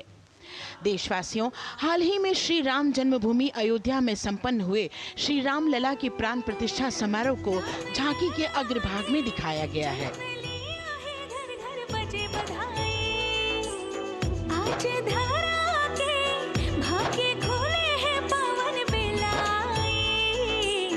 राम लला ने जन्म लिया है, घर घर बजे बधाई, ओ घर घर बजे बधाई। यहाँ कुंभ की छटा देख कर दुनिया जय जय बोले, नए उद्यमों ने विकास के नए रास्ते खोले। छठी धुंध उत्तर प्रदेश की नई रोशनी छाई, नई रोशनी छाई। साथ ही उत्तर प्रदेश की समृद्ध विकास, जिसमें जेवर अंतर्राष्ट्रीय हवाई अड्डा, नोएडा में सबसे बड़े मोबाइल मैन्युफैक्चरिंग फैक्ट्री, इन सभी को झांकी में दिखाया गया है। और अब सलामी मंच के सामने अग्रसर होता हुआ तेलंगाना राज्य की झांकी। ప్రజాస్వామ్య స్థాపనకి పునాదిగా నిలిచెనే గాంధీ వల్లభాయ్ పటేల్, సుభాష్ చంద్ర బోసులు, రామ్జీ గొండు కొమరం భీం, వీరనారి ఐలమ్మలు, ఎందరో యోధుల సమరాలే ప్రజల హక్కుల నిలిపెనే, స్వేచ్ఛ కోసం పోరు చేసి వెలుగై నిలిచిన రామ్జీ గొండు, గడి తొరల గల్లా పట్టి కొంచి కొట్ట చిట్టాలమ్మ, జల్ చంకల్ జమీన్ చంకుకి తుడం కొట్ట కొమరం భీమన్న। तेलंगाना की इस भव्य झांकी में जमीनी स्तर पर जनतंत्र तेलंगाना की आजादी आंदोलन के योद्धा और उनकी परंपरा को बखूबी दर्शाया गया है। And the next tableau approaching the saluting base, Indian Space Research Organization. The Chandrayaan-3 tableau depicts the successful soft landing of the Chandrayaan-3 spacecraft on the moon near the South Pole. अंतरिक्ष की ऊंचाइयों को छूने लगा भारत परिवार, प्रगति पथ पर हो रहा देश आज गतिमान, इसरो विकसित भारत की पहचान।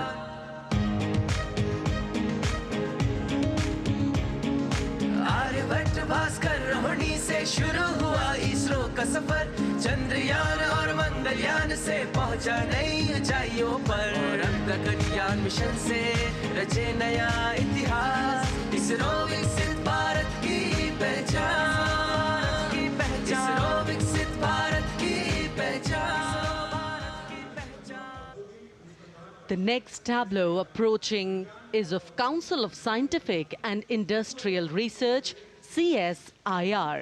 The visually enchanting tableau of Council of Scientific and Industrial Research aligns with the Viksit Bharat theme and is on the purple revolution ushered through lavender cultivation in Jammu and Kashmir.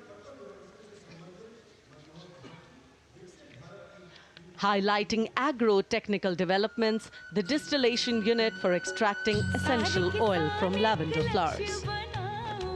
Lavender हर एक खेत में लगाओ, ई tractor घर घर ले आओ, कम लागत में मुनाफा कमाओ, सारे किसान एक लक्ष्य बनाओ, CSIR संग बढ़ते जाओ।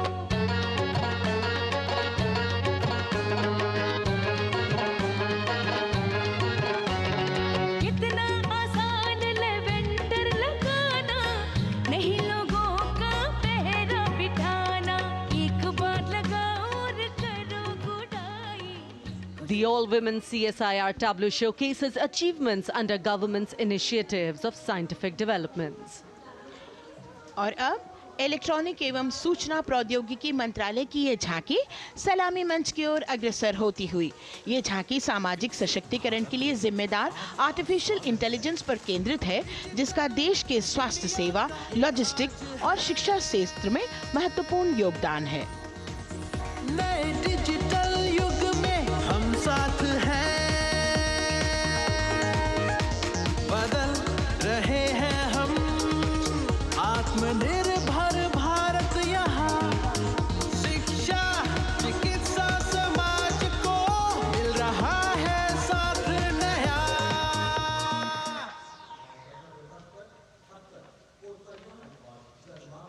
और अब कर्तव्य पथ पर शान से सलामी मंच की ओर अग्रसर होता हुआ पतन, पोत परिवहन और जल मार्ग मंत्रालय की झांकी, जो सागरमाला प्रोजेक्ट पर आधारित है। मंत्रालय द्वारा महिलाओं को अवसर प्रदान करने की प्रतिबद्धता के साथ नीली अर्थव्यवस्था की संचालक नारी शक्ति को इस झांकी में दर्शाया गया है। सागर तट संपन्न बन रहे, सफल हो रहे नए प्रयास, अधिक हुई क्षमता में वृद्धि, बंदरगाहों का हुआ विकास,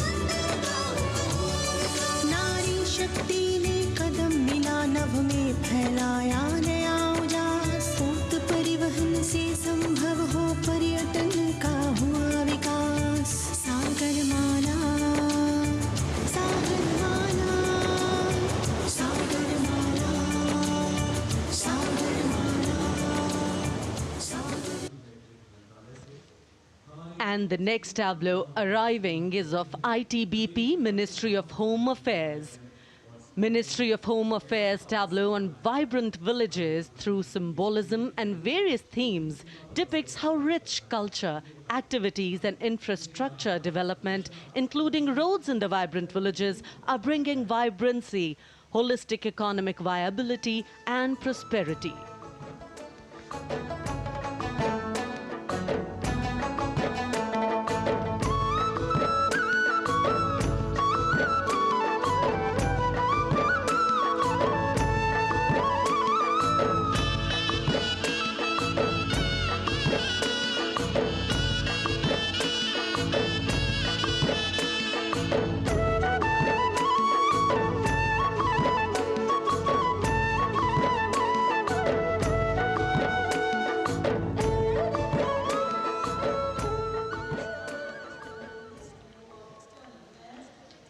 The next tableau is of Ministry of External Affairs. The MEA tableau depicts successful completion of India's G20 presidency and its achievements. It reflects India's leadership of addressing global issues in an ambitious, decisive, inclusive and action-oriented manner. धरती एक कुटुंब है, जुड़ेगा छोर छोर, आशा से विश्व देखता है भारत की ओर।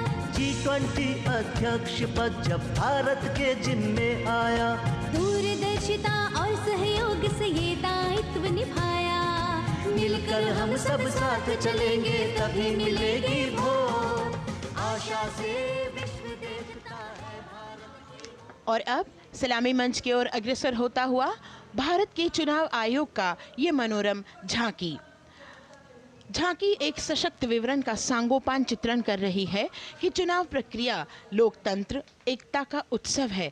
साथ ही दोहराती है कि मतदाता की पृष्ठभूमि इस चुनाव प्रक्रिया में कितना महत्वपूर्ण भूमिका निभाती है। मैं ताकत है मुझ में, मैं भारत हूँ, भारत है मुझ में, मैं ताकत हूँ, ताकत है मुझ में। हम भारत को नतमस्तक है, हम योद्धा के दो हस्तक है, हम भारत भाग्य विधाता है, हम भारत के मतदाता है।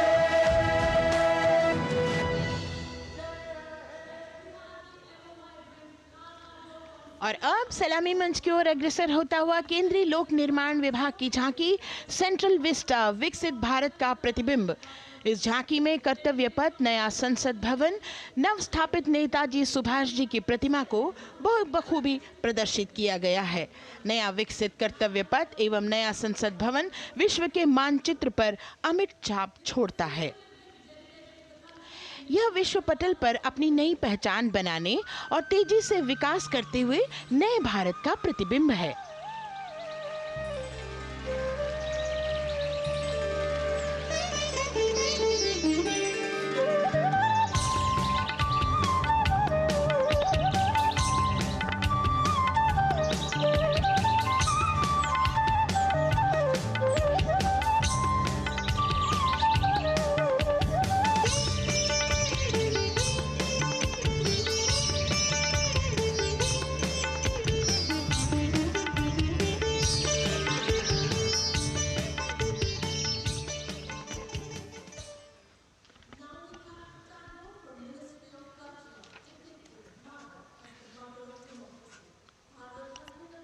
संस्कृति मंत्रालय की झांकी इस संदेश के साथ कि भारत है लोकतंत्र की जननी।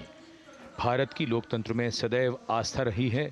वैदिक काल में सभा और समितियों की नींव रखी गई थी।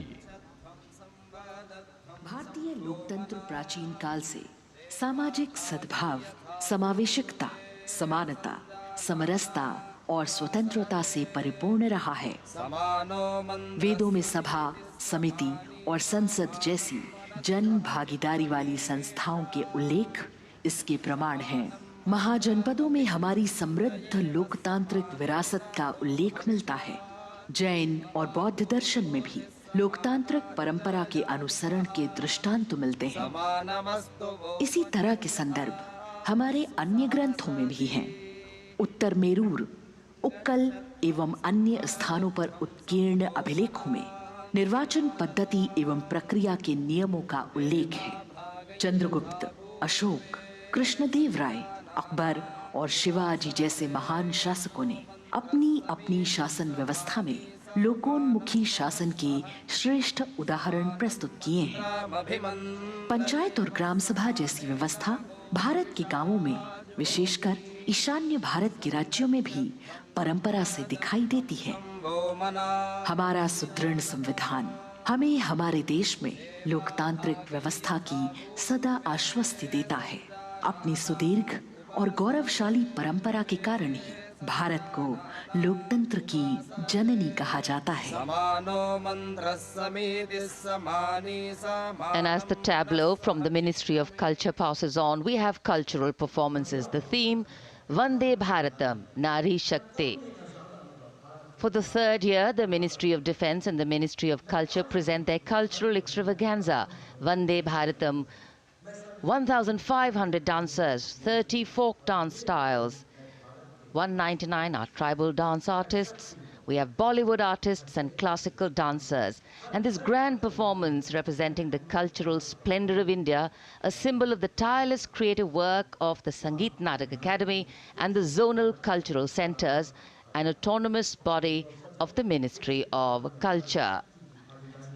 Out of the total of 1,500 female artists, we have 199 from the tribes, 399 classical dancers and 56 from Bollywood.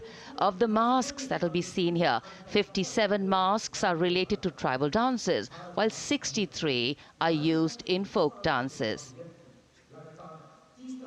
Kuchipudi, Kathak, Bharatanatyam, Satriya, Odissi, Manipuri, Mohiniyattam. You name the dance form, they are all going to be represented here. Beauty and culture with perfect grace, rhythm and diversity. It's a very proud moment for India to showcase the complete kaleidoscope that makes up this great nation, a nation we call home, a nation that we belong to. Cultural performances, Vande Bharatam depicting Nari Shakti here on Kartavya Path. Everybody wanting to identify with a particular dance style, familiar to them, close to them, or close to their state. So everybody all set to witness this beautiful segment of the Republic Day Parade as India comes together to celebrate its 75th Republic Day. A lot of agencies have put in their effort to synchronize the sound system. Each dancer beautifully choreographed and synchronized. Bharat यानी भव्य भूगोल और अतुल्य इतिहास, शास्त्रों के मूल सिद्धांतों से समावेशी संविधान तक, शून्य के आविष्कार से डिजिटल विश्व में व्यापक छलांगे, पंचांगों के खगोलीय गणित से चंद्रयान की सफलता, दुनिया के कॉर्पोरेट क्षेत्र में भारतीयों का सम्मानजनक रुतबा, विश्व शक्ति की डगर पर बढ़ते कदम, ये परिणाम है देश हित को समर्पित सोच का, सधे हुए सन्निष्ठ नेतृत्व का, कर्मयोग के कार्यान्वयन का। ये है संकल्प से सिद्धि। वंदे भारतम।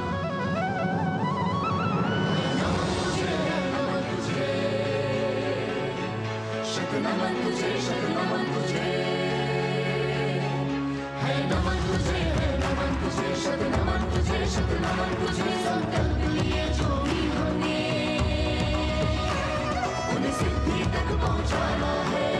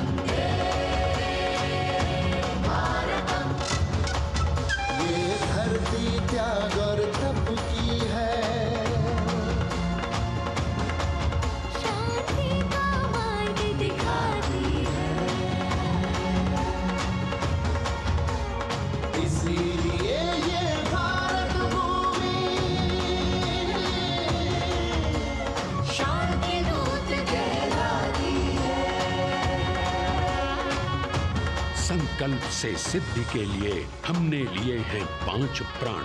विकसित भारत का लक्ष्य, गुलामी के हर अंश से मुक्ति। करें अपनी समृद्ध विरासत पर गर्व। एकता और एकजुटता, हम में रहे कर्तव्य की भावना।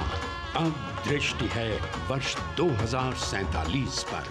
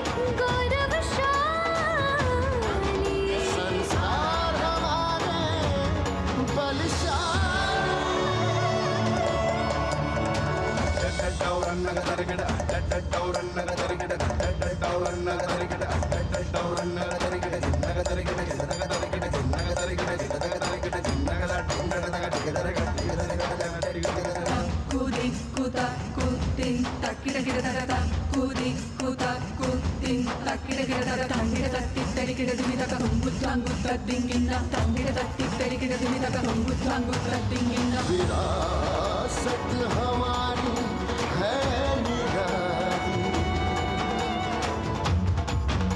क्यों गर्व करें ना हम वंदे भारतम, आ रहे हैं हम वंदे भारतम, पहुंच कर शिखर पर ही लेंगे अब हम दम, आ रहे हैं हम वंदे वंदे, आ रहे हैं हम भारतम भारतम वंदे भारत। संकल्प लिए जो भी हमने उन्हें सिद्धि तक पहुंचाना है।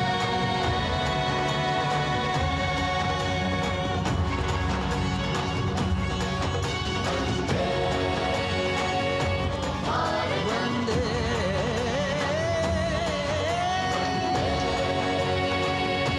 भारतम वंदे भारतम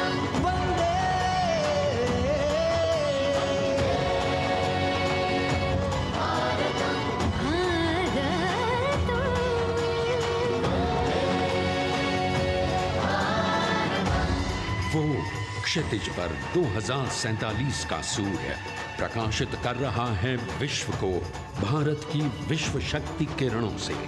विश्व शक्ति पर सामरिक नहीं, सांस्कृतिक, सामाजिक, औद्योगिक, आध्यात्मिक। हमारा लक्ष्य है विश्व शांति और भारतीय जनता की सुख समृद्धि। हमारे विश्व कुटुंब के लिए ये हो सकता है, हो के रहेगा। वर्ष 2047 हम आ रहे हैं। भारत की सांस्कृतिक विविधता को इन कलाकारों द्वारा यहाँ कर्तव्य पथ पर प्रस्तुत किया। The appreciation of the spectators palpable as they give them a loud and long applause. A kaleidoscope of color, music, classical dance traditions, contemporary and modern dance styles, a huge, expansive canvas of cultural pageantry being displayed, Vande Bharatam. As we move towards the culmination of the parade, we now await the grand spectacle. The motorcycle riders who will display their acrobatic skills on the ground, and then the grand finale where we will see the aerobatic skills in the sky of the Indian Air Force.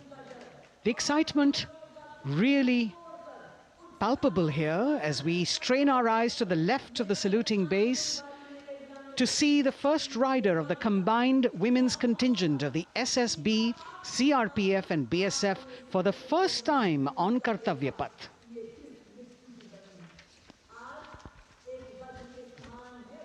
The debut of this year's Republic Day Parade. The riders have obviously been training for a very long time to display their skills here.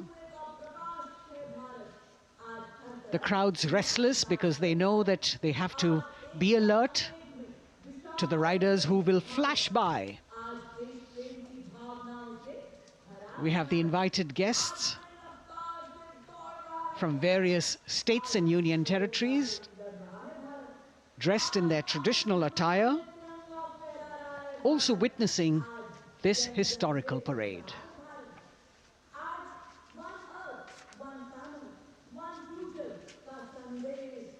Paying attention to what is going on the ground,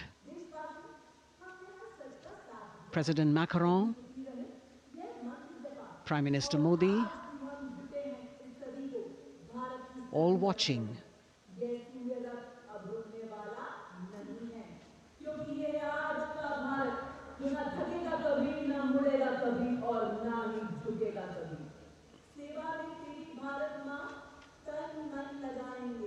The riders of this combined contingent, all women, and we can now see their headlights on as they are approaching the saluting days. They are a determined, mentally alert and physically fit group with unmatched courage, stamina and precision in handling their moving vehicles. It's indeed creditable to them that they not only have to maintain speeds, maintain a balance, and also complete their maneuvers in the stipulated time, but also have to be alert to any untoward event that might take place.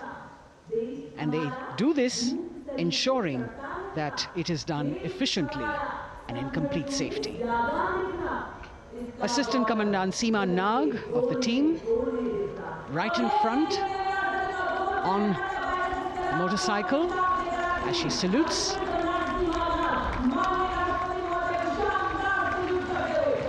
सहायक commandant सीमा नाग अभिवादन formation में सलामी मंच के सामने से गुजरते हुए शौर्य और संतुलन की मिसाल पेश करते हुए, और यह लक्ष्यता फॉर्मेशन सीआरपीएफ की सशस्त्र महिला कार्मिकों का, जिसमें रीता बिस्ट कांस्टेबल के साथ 8 महिला कार्मिक शामिल, वर्सटैलिटी का प्रदर्शन करते हुए इसके ठीक पीछे सर्वत्र सुरक्षा सीआरपीएफ, बीएसएफ और एसएसबी की महिला कार्मिक। Seema Prahari, 15 women along with Constable Anupam, showing how they provide security at the borders. Nari Shakti is the next contingent, Inspector Sahnaz Khatun with 13 others, all deployed in the hinterland of the country. You'll agree that the choreography requires innumerable hours of practice and exacting standards. And as thrilling as it is to see the sport, we must also warn our viewers not to try this or attempt any of these maneuvers on our roads. Please remember that they are professional riders who have received several hours of training. अभिनंदन formation कर्तव्य पथ पर BSF की महिला कार्मिकों द्वारा कमान inspector Sonia Banwari के हाथों में और 27 महिला कार्मिक उनको सहयोग करते हुए योग से सिद्धि, मन और शरीर के सामंजस्य का प्रदर्शन। कांस्टेबल अनिता भारती और 7 अन्य महिला कार्मिकों के साथ उन्हें इस फॉर्मेशन में देखा जा सकता है। Constable Rekha and 11 others, proving that yoga is essentially a spiritual discipline based on an extremely subtle science. The emphasis on discipline and exercise through yoga. Sadhana, Constable Shivleela with 9 others, single-minded concentration, allowing them to perform on those beam roles. Constable Vijeta Balale Rao and 18 others demonstrate the oneness of thought and action in Tanmayata.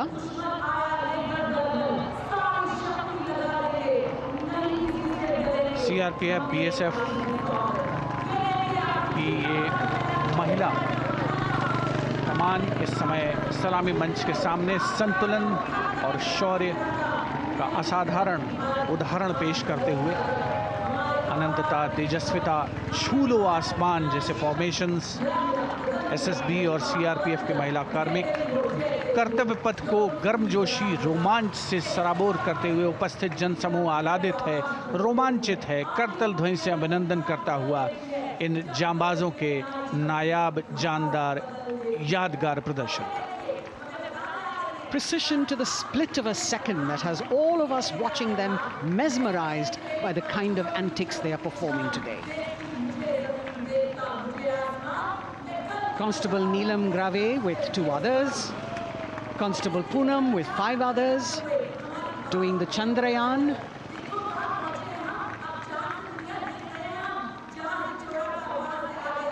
Achieving greater heights, women of the SSB, CRPF and BSF.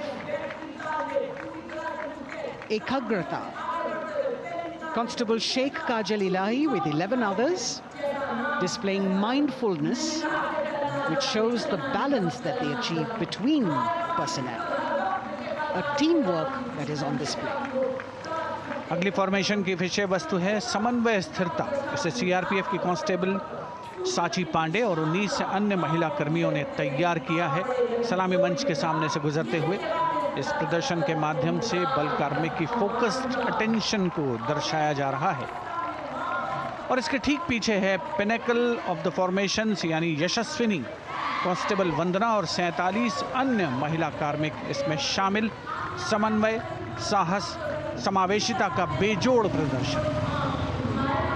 The human pyramid, formed by Constable Vandana Yadav and 47 others, creative choreography, innovative postures, routines that defy gravity, balancing themselves on moving vehicles fitted with their props.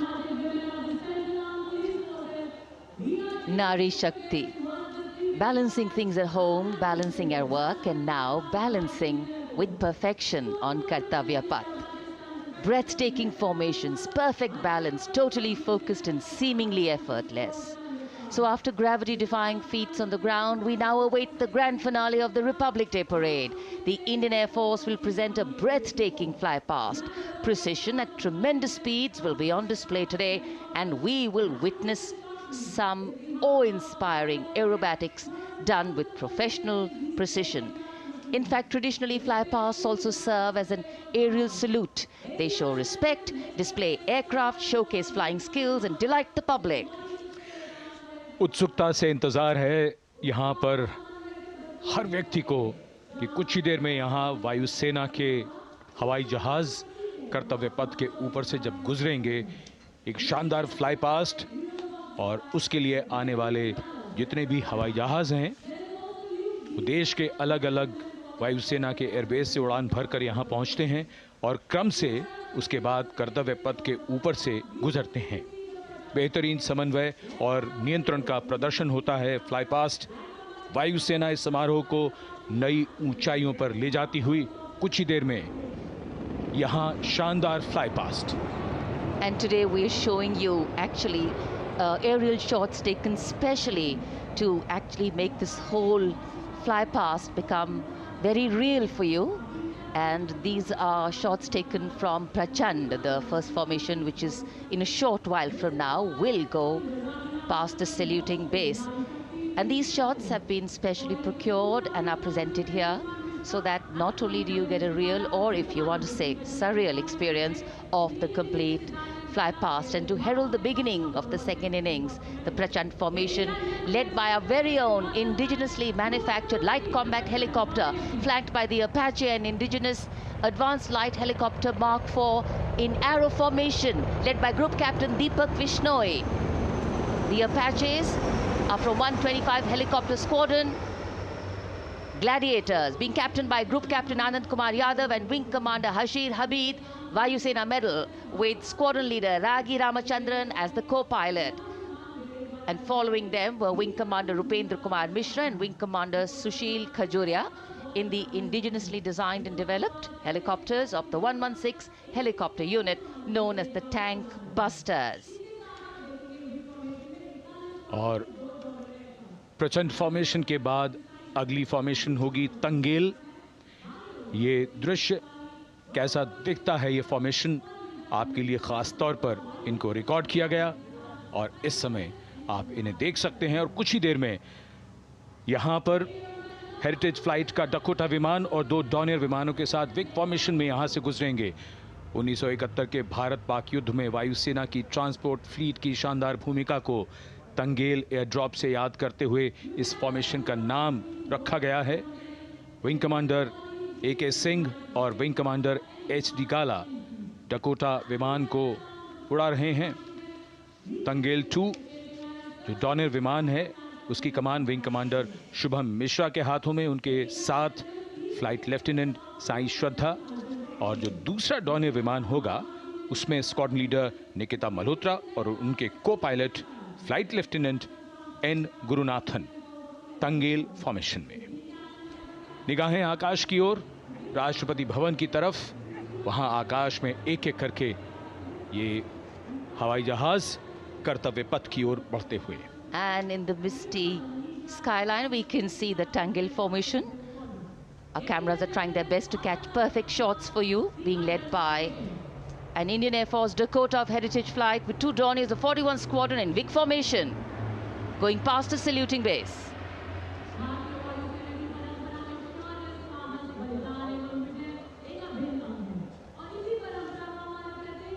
And now after Tangel, we look forward to the next formation, which is the Arjun formation, named after Marshal of the Air Force Arjun Singh.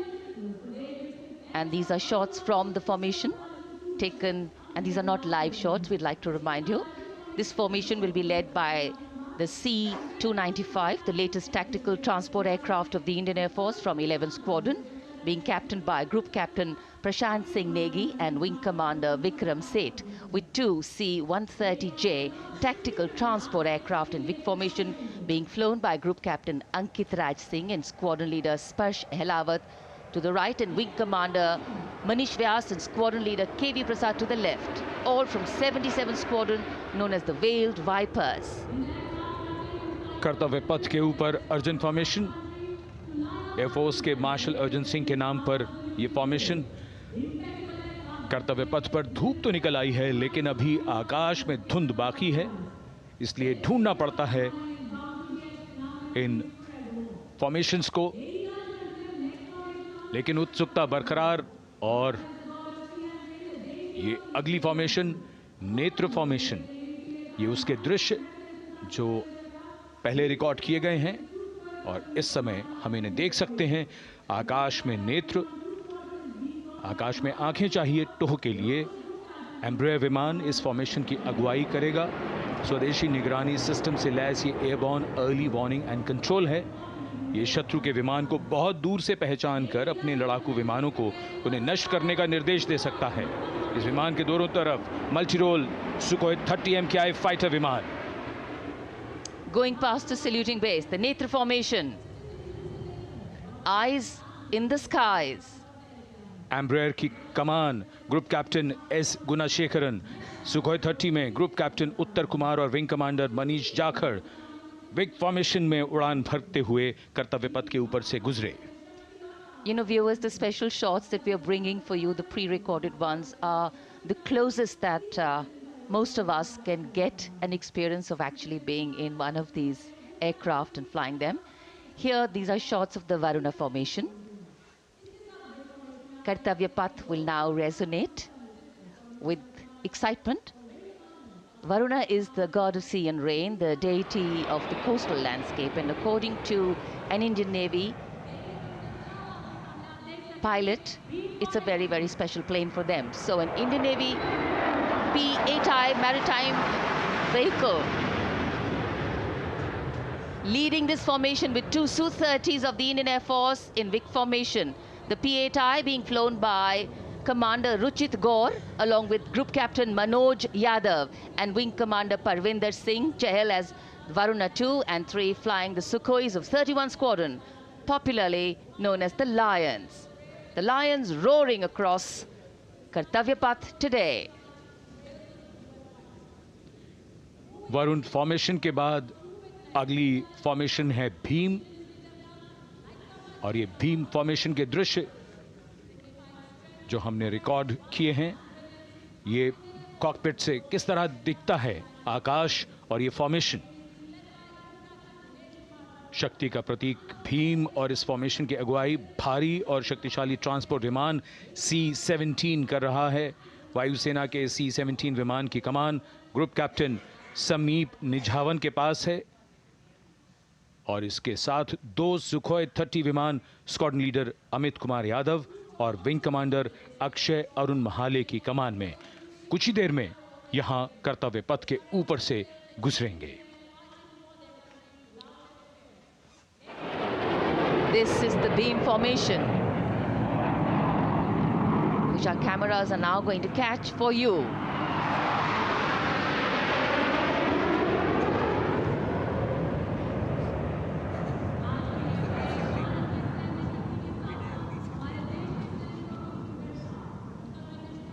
So as we shared earlier, it's a cloudy sky, and the pre-recorded visuals are definitely very clear, giving you clarity.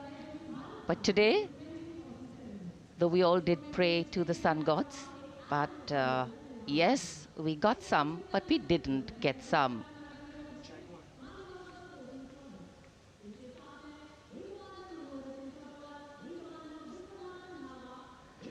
Now we have the Amrit formation, and these are views that you can see of that. All Jaguars. Formation derives its name from Amrit Kal, India's vision for 2047. And the Arrowhead formation will be flown by 6 Jaguar aircraft, led by Group Captain Nagendra Abhishek, along with his wingmen, Wing Commander Manorat Sabarwal, Wing Commander Vishwanathan Naga, Wing Commander Jay Krishnan, Squadron Leader Akash Karpe, and Wing Commander Chakrapani Kajla, all from the 14th and 5 squadrons, popularly known as the Bulls and the Tuskers, respectively. लगभग 750 kilometre प्रति घंटे की रफ्तार और ऊंचाई 300 metre की आकाश में ओझल हो गए 6 जैगुआर विमान ग्रुप कैप्टन नागेंद्र अभिषेक की कमान में। अगली फॉर्मेशन वज्रांग, भारतीय वायुसेना के 6 राफेल लड़ाकू विमान मारुत फॉर्मेशन में। ये दृश्य कॉकपिट से। फॉर्मेशन की कमान संभाली है ग्रुप कैप्टन अभिषेक त्रिपाठी ने, उनके साथ wing commander Chaitanya Suryavanshi, squadron leader Yash Savalkar, wing commander Amit Verma, squadron leader Sushil Shinde और squadron leader Vijay Chandgude. All Rafale aircrafts, the Vajrang formation, meaning diamond-bodied, showcasing 6 Rafale fighter aircraft of the Indian Air Force, led by Group Captain Abhishek Tripathi, with his wingmen, Wing Commander Chaitanya Suryavanshi, Squadron Leader Yash Savalkar, Wing Commander Amit Verma, Squadron Leader Sushil Sinde, and Squadron Leader Vijay Chandgade, all from 101 Squadron, known as the Falcons. त्रिशूल formation, कर्तव्य पथ के सामने जो नहर है उसके ऊपर से कुछ ही देर में 3 सुखोई 30 MKI लड़ाकू जहाज त्रिशूल फॉर्मेशन में गुजरेंगे। 900 किलोमीटर प्रति घंटे की रफ्तार बुराई का नाश करने के लिए त्रिशूल फॉर्मेशन की अगुवाई कर रहे हैं ग्रुप कैप्टन सचिन अरोड़ा और उनके साथ ग्रुप कैप्टन ओमार ब्राउन और wing commander Navjot Singh. As these Su-30s go past the saluting base, flying at these heights and speeds, the pilots are rigorously trained to handle extreme physical and mental pressure. And the focus and expertise with which they fly, maneuver, change direction and speeds at these heights requires unparalleled courage, determination, and passion for flying. Visuals now of the Vijay formation to mark the conclusion of the Grand Republic Day celebration. We will soon see an Indian Air Force Rafale displaying the Vijay maneuver. We will see the Rafale flying at a speed of 900 kilometers per hour, all set to touch the sky with glory as it executes the victory roll maneuver over Kartavya Path, also called Vertical Charlie.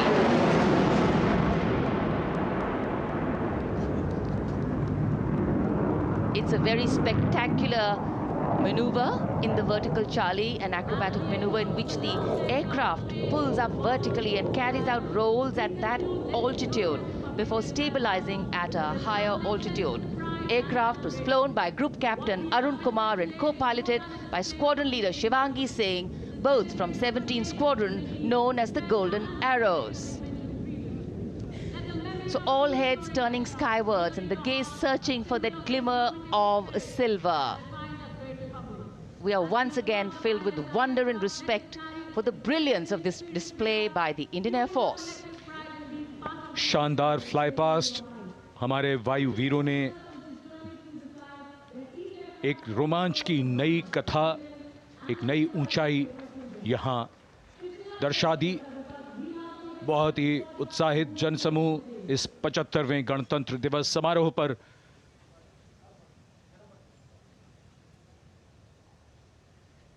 उत्साह और रोमांच,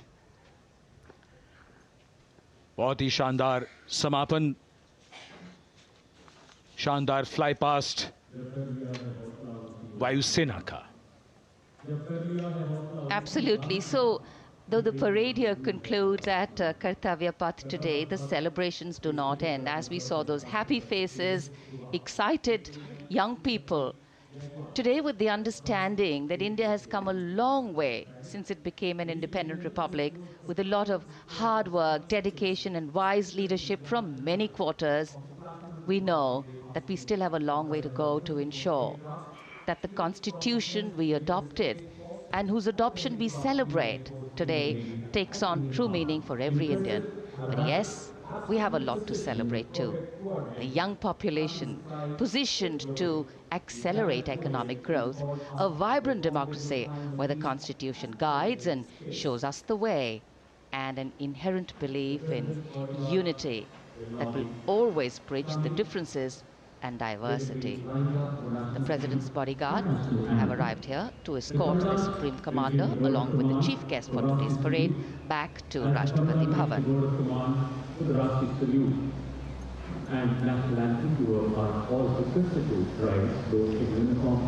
As we reach the culmination of the 75th Republic Day Parade, all the officials standing in line. We now see the President's bodyguard arriving to escort the President of India.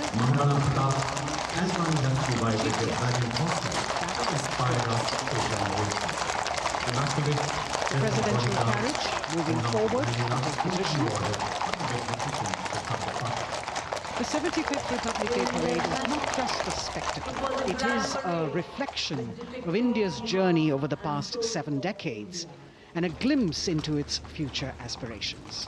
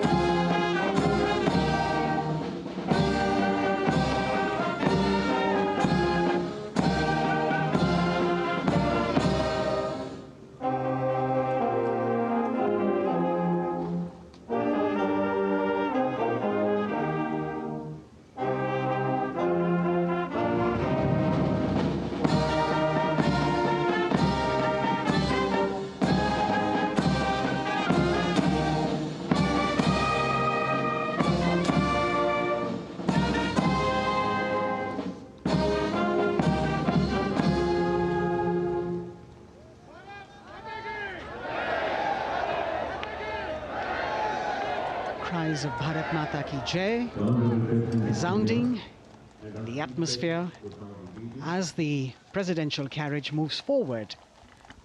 And the president, escorted by the Prime Minister and other guests who were seated in the special enclosure, coming down the steps to acknowledge the presence of the three chiefs, the Chief of Defence Staff, the Defence Minister, and other dignitaries who are present here. Everyone waiting to see this spectacular display of military power, presidential pomp and pageantry. इस बार का गणतंत्र दिवस समारोह कई मायनों में खास है। इस बार विशेष रूप से आमंत्रित लगभग 13,000 अतिथियों को यहां बुलाया गया।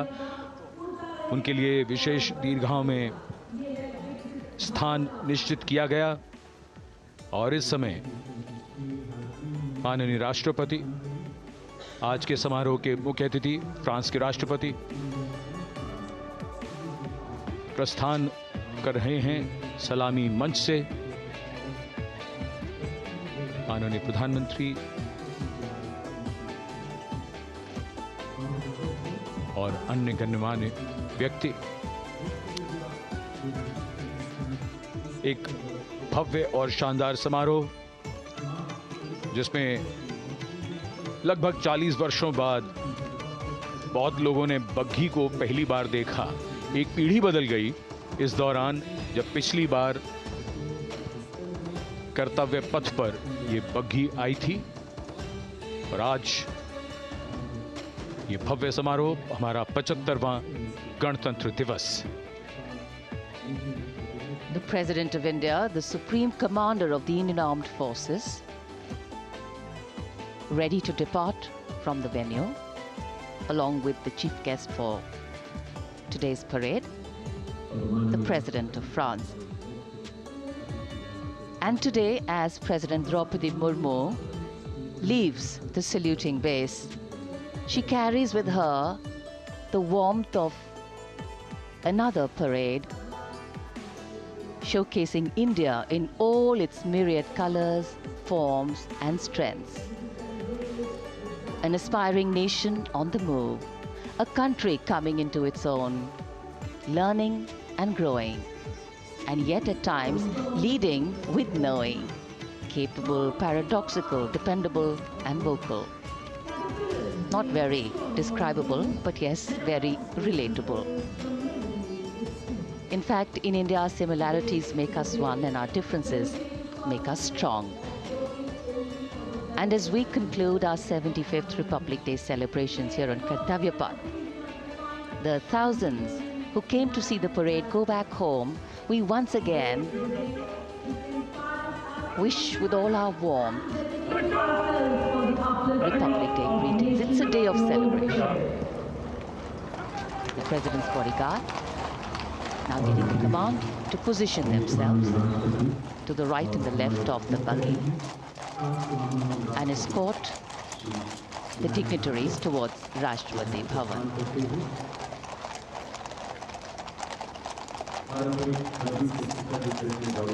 Warm smiles, warm feelings, and a warm sense of satisfaction.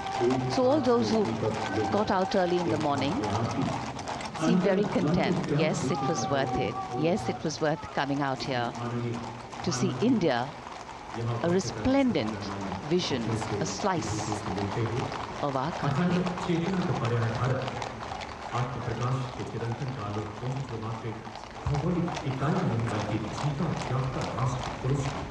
देश की सेनाओं की सर्वोच्च कमांडर भारत की राष्ट्रपति माननीय श्रीमती द्रौपदी मुर्मू इस वर्ष गणतंत्र दिवस के हमारे खास मेहमान फ्रांस के राष्ट्रपति श्री इमैनुअल मैक्रों के साथ कर्तव्य पथ से रायसीना पहाड़ी की ओर राष्ट्रपति भवन की ओर समारोह पूर्वक प्रस्थान कर रही हैं, जिन्हें एस्कॉर्ट कर रहे हैं प्रेसिडेंट बॉडीगार्ड के जोशीले जवान, रेजिमेंट के कमांडेंट कर्नल अमित बेरवाल अपने घोड़े ग्लोरियस पर।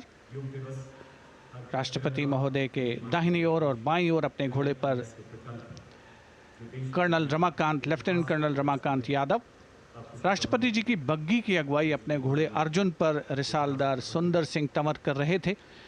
देश के उपराष्ट्रपति श्री जगदीप धनखड़, उनकी पत्नी श्रीमती सुदेश धनखड़, माननीय प्रधानमंत्री श्री नरेंद्र मोदी, रक्षा मंत्री श्री राजनाथ सिंह, राष्ट्रपति महोदया के प्रस्थान के बाद एक गण्यमान्य अतिथि समारोह स्थल से प्रस्थान करेंगे। उपस्थित जनसमूह उत्कंठा से अपने अपने स्थानों पर मौजूद हैं, जिन्होंने देश की समृद्ध सांस्कृतिक विरासत और वैभव का अलौकिक प्रदर्शन देखा, जिन्होंने सामरिक शक्ति के प्रदर्शन देखे। माननीय उपराष्ट्रपति महोदय श्री जगदीप धनखड़ प्रस्थान कर रहे हैं कर्तव्य पथ स्थित सलामी मंच से।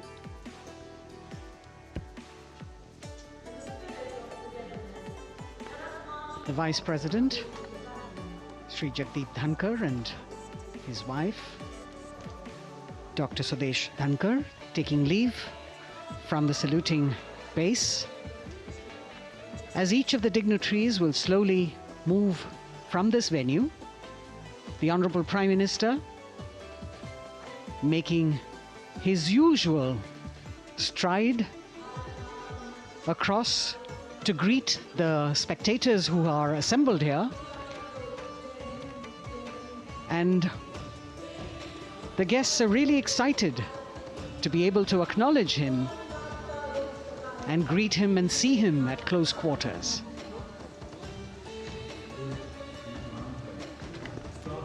This festival of people's power on display here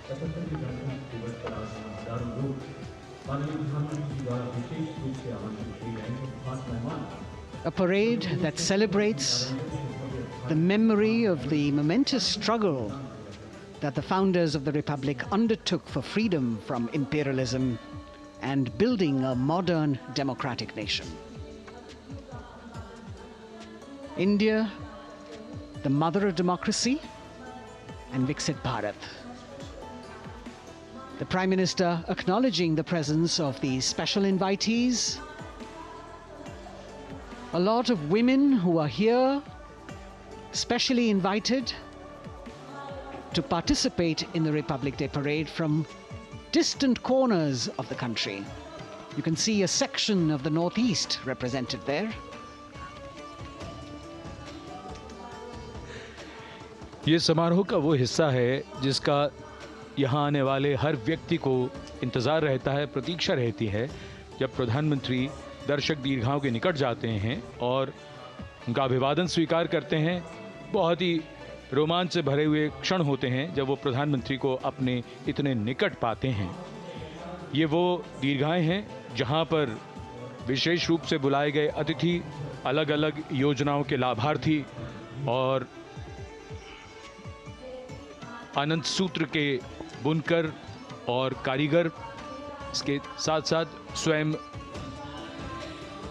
सेवा समूह के लोग, गांव के अलग अलग प्रतिनिधि, ये सभी यहाँ पर मौजूद और इनकी दीर्घाओं के सामने से प्रधानमंत्री गुजरते हुए अभिवादन स्वीकार करते हुए। Indeed, the Prime Minister has always broken the barriers of security, which is actually a matter of concern for the security persons who are on duty here. But the Prime Minister has to acknowledge and celebrate the contributions of all the people who are assembled here, those who are watching, those who join him for this spectacle.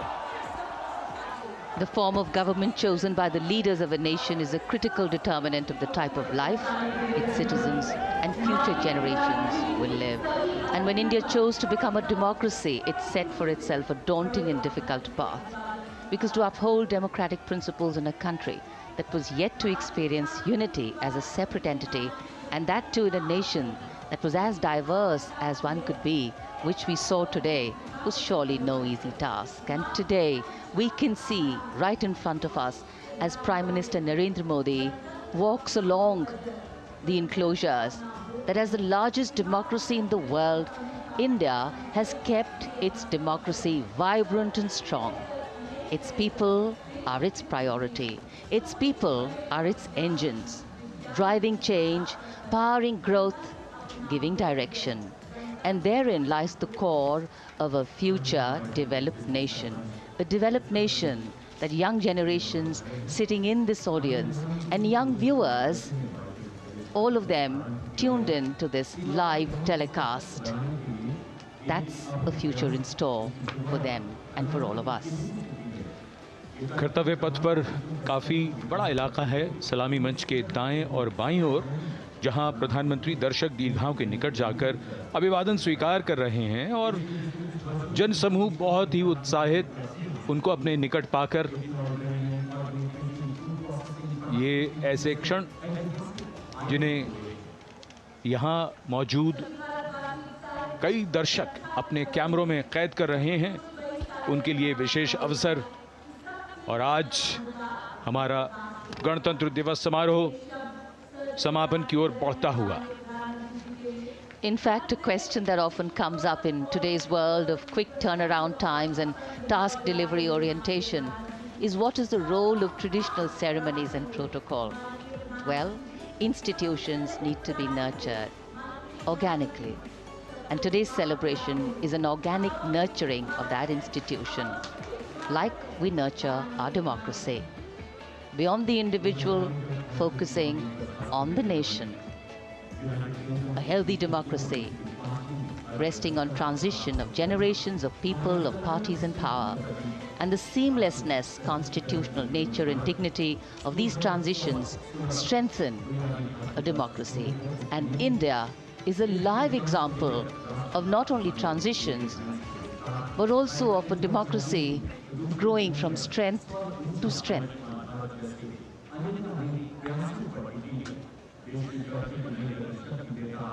प्रधानमंत्री दर्शक दीर्घाओं के निकट जाते हुए, और कोई भी दर्शक दीर्घा ऐसा लगता है उनसे छूटी नहीं जहां तक वो पहुंचे नहीं। यहां दर्शकों का अभिवादन स्वीकार करते हुए अंदाजा लगाइए, पूरे कर्तव्य पथ पर 77,000 दर्शक आज यहां मौजूद रहे, जिनमें 13,000 विशेष अतिथि थे, अलग अलग योजनाओं के लाभार्थी, स्वयं सहायता समूह, अनंत सूत्र के कारीगर, मन की बात में जिनका जिक्र प्रधानमंत्री ने किया वो सब। और अब ये वो दृश्य जो याद रह जाएंगे सबको,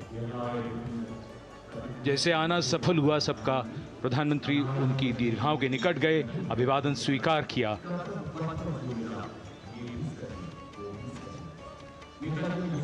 And that's why National Day celebrations are reflective in nature too. Today's celebration started with homage to the Amar Jawan, and when the color, the pomp and the pageantry of the parade began, we had securely placed them in our hearts. And that courage and valor was the lens we used to view the parade. Times are changing, contexts are changing. Science and techniques and technology is changing. In fact, the art of war is changing. But building people-to-people relationships, being connected to the people, connecting the people, that is a skill that doesn't change. Today, we are linked to each other, but not so connected. And this walk down Kartavya Path by Prime Minister Narendra Modi is building a deep connection. कर्तव्य पथ करीब करीब 3 kilometre लंबा है और प्रधानमंत्री ने आज इसको लगभग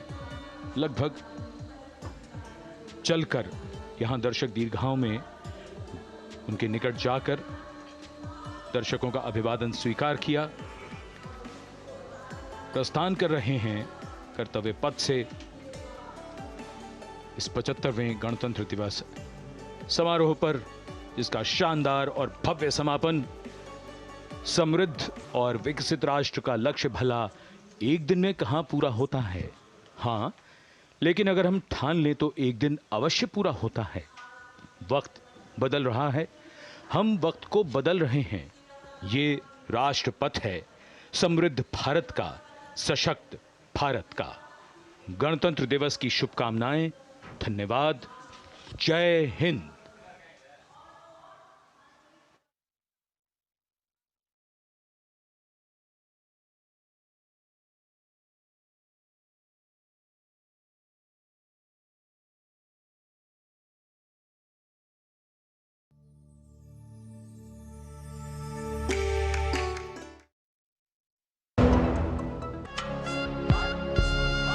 छब्बीस जनवरी सेंट्रल बैंक ऑफ इंडिया की ओर से 75वें गणतंत्र दिवस की हार्दिक शुभकामनाएं। ग्रामीण अर्थव्यवस्था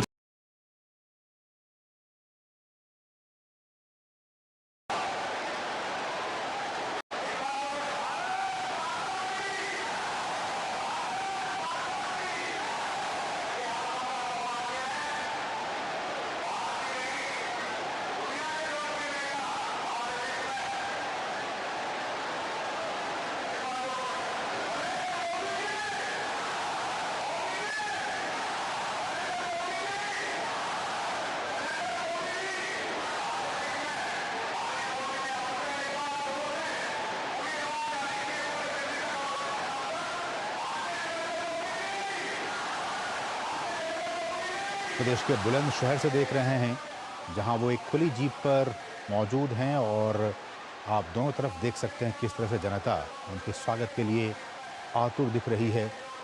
अभिवादन स्वीकार करते हुए प्रधानमंत्री नरेंद्र मोदी, साथ में उत्तर प्रदेश के मुख्यमंत्री योगी आदित्यनाथ। और यहाँ पे एक बहुत ही महत्वपूर्ण कार्यक्रम है। हम आपको बता दें कि प्रधानमंत्री बुलंदशहर में 19,100 करोड़ रुपए से अधिक की अनेक विकास परियोजनाएं अब से कुछ ही देर के बाद राष्ट्र को समर्पित करने वाले हैं। 19,100 करोड़ रुपए से अधिक की परियोजनाएं। और ये जो परियोजनाएं आज प्रधानमंत्री राष्ट्र को समर्पित करने वाले हैं, उनमें रेल से संबंधित परियोजनाएं हैं, सड़क से संबंधित हैं, तेल और गैस से संबंधित हैं, शहरी विकास और आवास से संबंधित कई परियोजनाएं हैं, जिनको कि प्रधानमंत्री अब से कुछ ही देर के बाद राष्ट्र को समर्पित करेंगे। और यहाँ पे बुलंदशहर में प्रधानमंत्री डेडिकेटेड फ्रेट कॉरिडोर यानी कि डीएफसी पर न्यू खुर्जा न्यू रेवाड़ी के बीच डबल लाइन 173 किलोमीटर लंबे विद्युतीकृत खंड को इन दोनों स्टेशनों से मालगाड़ियों को हरी झंडी दिखाकर भी रवाना करेंगे। बहुत ही महत्वपूर्ण कार्यक्रम प्रधानमंत्री का यहाँ होने वाला है, राष्ट्र को समर्पित करने वाले हैं। बुनियादी अवसंरचना के विकास के लिहाज से बुलंदशहर के लिए और उत्तर प्रदेश के लिए और साथ ही साथ देश के लिए भी बहुत ही महत्वपूर्ण, क्योंकि किस तरह से हमने आपको बताया कि 19,000 से भी अधिक करोड़ रुपए से भी अधिक की परियोजनाएं प्रधानमंत्री आज राष्ट्र को समर्पित करने वाले हैं। डेडिकेटेड फ्रेट कॉरिडोर और उसके न्यू खुर्जा और न्यू रेवाड़ी के बीच डबल लाइन 173 किलोमीटर लंबे विद्युतीकृत खंड का वो राष्ट्र को समर्पित करेंगे। साथ ही साथ प्रधानमंत्री मथुरा पलवल खंड और चिपियाना बुजुर्ग दादरी खंड को जोड़ने वाली चौथी लाइन भी राष्ट्र को समर्पित करेंगी। ये सारी चीज़ें बुलंदशहर के लिए, उत्तर प्रदेश के लिए बहुत ही महत्वपूर्ण, चाहे वो सड़क यातायात की बात हो, रेल यातायात की बात हो, डेडिकेटेड फ्रेट कॉरिडोर की बात हो, बहुत ही महत्वपूर्ण आज का दिन। और जिस आप देख सकते हैं इन तस्वीरों में किस तरह से महिलाएं और लोग उनकी एक झलक पाने के लिए बेताब दिख रहे हैं। हमारे सहयोगी लगातार इस पूरी नज़र बनाए हुए हैं इस पूरे घटनाक्रम पर। हमारे सहयोगी नीरज सिंह इस वक्त मौजूद हैं। नीरज, हम इन तस्वीरों में देख पा रहे हैं लोगों में काफ़ी जोश और उत्साह का माहौल और प्रधानमंत्री की एक झलक पाने के लिए लोग बेताब दिख रहे हैं। और जैसा कि हमने कहा कि 19,000 करोड़ रुपए से भी अधिक की परियोजनाएं आज राष्ट्र को समर्पित करने वाले हैं। किस तरह से देखा जाए आज के इस दिन को बुलंदशहर के लिए और यूपी के लिए? देखिए असीम, जिन तस्वीरों के माध्यम से आप लोगों को देख पा रहे हैं, उससे ज्यादा बड़ी संख्या में जो लोग हैं 3 किलोमीटर का जाम लगा हुआ है सभा स्थल से लेकर और शहर की तरफ। तो आप समझ सकते हैं कि कितनी बड़ी संख्या में जो लोग हैं वो यहाँ पर पहुंचे हैं और इनके चेहरे की जो खुशी है वो बता रही है कि प्रधानमंत्री ने जिस तरीके की तमाम योजनाओं को शुरू किया था गरीब लोगों के कल्याण के लिए, वही गरीब लोग आपको यहाँ पर सभाओं में बड़ी संख्या में आपको दिखाई दे रहे हैं। और इससे ज्यादा जो लोग हैं वो अभी भी रोडों पर हैं और पुलिस को व्यवस्था बनाने में भी तमाम तरह की जो परेशानियां हैं वो आ रही हैं। 19,000 करोड़ से ज्यादा की परियोजनाओं की शुरुआत प्रधानमंत्री यहाँ से करेंगे, लोकार्पण करेंगे, कुछ का शुभारंभ करेंगे। आने वाले समय में पश्चिमी उत्तर प्रदेश के विकास के लिए एक मील का पत्थर साबित होंगी ये योजनाएं और इसका सबसे ज्यादा जो फायदा है वो आम लोगों को ही मिलेगा। चाहे हम रेल उसकी ट्रांसपोर्ट की बात करें, इसके अलावा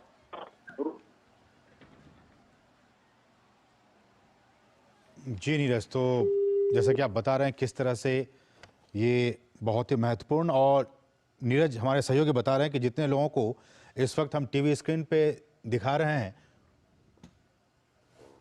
उससे कहीं ज़्यादा लोग बाहर इंतज़ार में हैं, लंबी कतारें लगी हुई हैं प्रधानमंत्री के दर्शन के लिए, उनके दीदार के लिए। और नीरज हमारे सहयोगी लगातार बता रहे हैं कि आज का दिन किन मायनों में ख़ास है, क्योंकि अवसंरचना से जुड़े, जैसा कि हम आपको बता रहे हैं कि 19,000 करोड़ रुपए से अधिक की परियोजनाएं प्रधानमंत्री आज राष्ट्र को समर्पित करने वाले हैं। तो लगातार सरकार का जोर रहता है कि आम आवाम तक वो सारी परियोजनाओं का लाभ पहुंचे, इसलिए सरकार लगातार बीते 10 वर्षों में इसके लिए प्रयासरत है। और आज का दिन भी, चाहे वो डेडिकेटेड फ्रेट कॉरिडोर की बात हो, तेल और गैस से संबंधित परियोजनाएं हों, यशस्वी प्रधानमंत्री नरेंद्र मोदी जी की प्रेरणा से हर क्षेत्र के विकास को मिली है तेज रफ्तार। बेहतर कानून व्यवस्था, औद्योगिक निवेश, सुगम यातायात, कृषि, सिंचाई, पेयजल और बिजली जैसे क्षेत्रों में आत्मनिर्भर उत्तर प्रदेश बन रहा है 1 ट्रिलियन इकोनॉमी। आत्मनिर्भर उत्तर प्रदेश की दिशा में आज का दिन बहुत ही महत्वपूर्ण, जब प्रधानमंत्री अब से कुछ ही देर के बाद 19,000 करोड़ रुपए से अधिक की परियोजनाएं राष्ट्र को समर्पित करने वाले हैं। रेल की बात हो, सड़क की बात हो, तेल और गैस की बात हो, शहरी विकास की बात हो, आवास की बात हो, ये तमाम परियोजनाएं आज वो राष्ट्र को समर्पित करने वाले हैं। और हम आपको जैसे बता रहे हैं कि कार्यक्रम के दौरान प्रधानमंत्री इंडियन ऑयल की जो टुंडला और गवारिया पाइपलाइन है उसका भी प्रधानमंत्री उद्घाटन करेंगे। और ये जो पाइपलाइन है वो करीब 700 करोड़ रुपए की लागत से बनी है और 255 किलोमीटर लंबी ये पाइपलाइन है, जो कि परियोजना तय समय से काफ़ी पहले ही पूरी कर ली गई है। और हमारे सहयोगी नीरज सिंह एक बार फिर से हमारे साथ जुड़ चुके हैं। नीरज, अपनी बात पूरी कीजिए। देखिए, ऐसे मैं वही बता रहा था कि इतनी बड़ी संख्या में यहाँ पर लोग आए, वो बताता है कि प्रधानमंत्री नरेंद्र मोदी की जो गरीब कल्याण की जो योजना है, जिसका सीधा जो फायदा है वो आम लोगों को मिलता है और वही आम लोग आपको सभा स्थल में बड़ी संख्या में दिखाई दे रहे हैं और इससे ज्यादा बड़ी संख्या में अभी भी रोडों पर हैं। आप देखें कि पिछले 9 सालों में जिस तरीके से प्रधानमंत्री ने तमाम तरह की योजनाओं की शुरुआत की, गरीब कल्याण को लेकर हो, चाहे उज्ज्वला कनेक्शन को लेकर हो, गांव तक लाइट पहुंचाई, जो गांव लाइटों से वंचित थे वहां तक उन तक कनेक्शन पहुंचाया गया, उज्ज्वला के तहत उनको गैस के सिलेंडर दिए गए। आप देखें कि कोरोना काल में जब बहुत सारे लोगों का रोजगार चला गया था, उस समय उनके घर चल सके उसके लिए अनाज की व्यवस्था है वो प्रधानमंत्री ने की। उनके बच्चों के लिए बेहतर स्कॉलरशिप की व्यवस्था की। तमाम बड़ी संख्याओं में आपने देखा होगा कि मेडिकल कॉलेज खोले गए, क्योंकि जब जो बच्चे थे किसी इलाके में अगर मेडिकल कॉलेज नहीं होता था तो उनको तमाम तरह की परेशानियां होती थी, और जब उस जिले में मेडिकल कॉलेज होता था तो वहां मेडिकल सुविधाओं का भी विकास हुआ। आप देखें कि किस तरीके से पूरे देश भर में एम्स खोले गए। तो ये तमाम ऐसी योजनाएं हैं जिनका सीधा सीधा फायदा आम लोगों को मिला, और यही कारण है कि आप चुनाव दर चुनाव देखें, प्रधानमंत्री नरेंद्र मोदी की जो लोकप्रियता है वो अपने शिखर पर मौजूद है। और सबसे महत्वपूर्ण बात है कि वो इस बात को कहते हैं कि जिन परियोजनाओं की वो शुरुआत करते हैं उन्हीं परियोजनाओं का लोकार्पण भी वो खुद करते हैं। तय सीमा में वो परियोजनाएं पूरी करनी होती हैं, क्योंकि प्रधानमंत्री जब परियोजना की शुरुआत करते हैं तो पहले से ही टाइम फिक्स कर देते हैं कि इस समय में ये परियोजना पूरी हो जानी चाहिए, इससे ऊपर नहीं जानी चाहिए। और बीच बीच में वो लगातार रिव्यू करते रहते हैं उन परियोजनाओं को लेकर, ताकि परियोजनाएं समय पर पूरी हो सके और उसकी वजह से जो लाभ है उन परियोजनाओं का वो आम लोगों को मिल सके। इस तरह की उनकी जो रणनीति है, या कहें कि इस तरह की उनकी सोच रहती है कि ज्यादा से ज्यादा जो लाभ है वो आम लोगों को मिल सके। यही कारण है कि आज देखें कि कई लाख लोग आज प्रधानमंत्री को सुनने के लिए बेसब्री से इंतजार कर रहे हैं और कुछ ही क्षण बाकी हैं जब प्रधानमंत्री लोगों के बीच में होंगे और आगे आने वाले 5 साल में भारतीय जनता पार्टी मोदी सरकार की किस तरह की योजनाएं रहेंगी, कैसा रोड मैप रहेगा, उसका जो खाका है वो आम लोगों के सामने खींचेंगे। आपको बता दूं बुलंदशहर असीम इसलिए भी महत्वपूर्ण है कि 2014 में जब उन्होंने अपने चुनाव प्रचार की शुरुआत की थी तो बुलंदशहर शहर को ही चुना था और यहीं पर उन्होंने पहली चुनावी सभा करी थी और उसके बाद पूरे भारत में प्रचंड जीत प्रधानमंत्री नरेंद्र मोदी को मिली थी। और इस बार भी चूंकि चुनाव ज्यादा दूर नहीं है और 2-3 महीने के बाद चुनाव भी, लोकसभा के चुनाव भी सामने है और उस दृष्टि से बुलंदशहर की रैली अपने आप में खास भी है और इसके कई मायने भी है। असीम बिल्कुल नीरज, बने रहिए क्योंकि आप वहाँ पे मौजूद हैं और मैं अपने दर्शकों को हमारे पास जो जानकारी है वो एक बार साझा कर दें, फिर आपके पास आऊँगा नीरज। और जैसा कि हम बता रहे हैं कि 19,000 करोड़ रुपए से अधिक की परियोजनाएं आज सौगात के तौर पर बुलंदशहर को, यूपी को मिलने जा रही हैं। तो वो कौन कौन सी सौगातें हैं, वो कौन कौन सी परियोजनाएं हैं जिनकी सौगातें आज प्रधानमंत्री यूपी को देने वाले हैं? तो जैसे कि हमने आपको बताया कि चाहे वो डेडिकेटेड फ्रेट कॉरिडोर की बात हो, तेल और गैस पाइपलाइन की बात हो, इसके साथ साथ कई सड़क विकास परियोजनाएं भी हैं जिनको कि प्रधानमंत्री आज राष्ट्र को समर्पित करेंगे।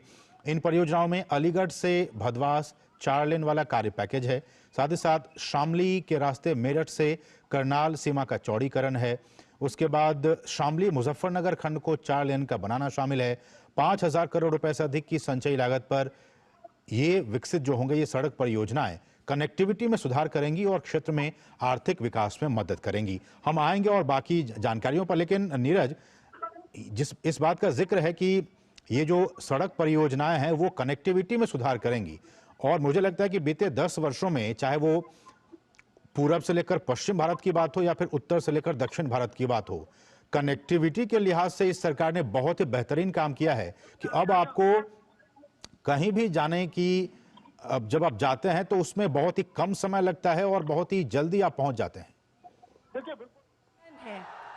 कैसे आप पूरे विश्व के सिरमौर हो गए। हम सब गौरवशाली हैं कि आप हमारे प्रधानमंत्री हैं। मैं सादर सभी को उनका स्थान ग्रहण करने का अनुरोध करती हूँ। मंच पर उपस्थित माननीय राज्यपाल महोदया, माननीय मुख्यमंत्री जी समेत सभी उपस्थित आदरणीय जनों का स्वागत एवं अभिनंदन और अनुरोध माननीय मुख्यमंत्री जी उत्तर प्रदेश से कि हम सबकी तरफ से भगवान श्री राम की ये प्रतिमा भेंट करके माननीय प्रधानमंत्री जी को स्वागत करें, अभिनंदन करें।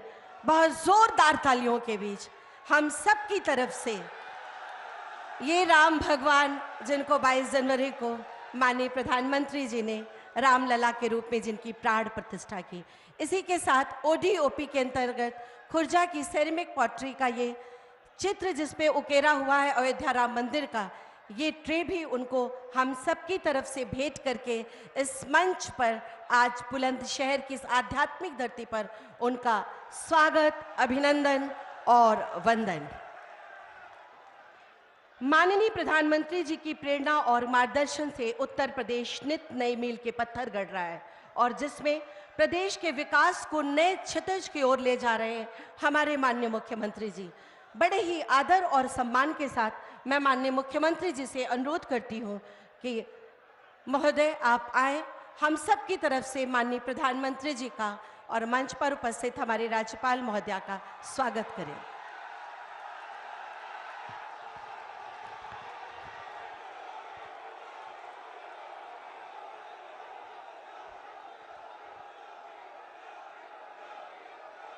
आदरणीय प्रधानमंत्री जी, प्रदेश की माननीय राज्यपाल माननीय श्रीमती आनंदीबेन पटेल जी, भारतीय जनता पार्टी के प्रदेश के अध्यक्ष चौधरी भूपेंद्र सिंह जी, प्रदेश सरकार में उप मुख्यमंत्री श्री ब्रजेश पाठक जी, केंद्रीय मंत्री general doctor VK Singh ji, प्रदेश सरकार के मंत्री श्री अरुण सक्सेना जी, माननीय सांसदगण, श्री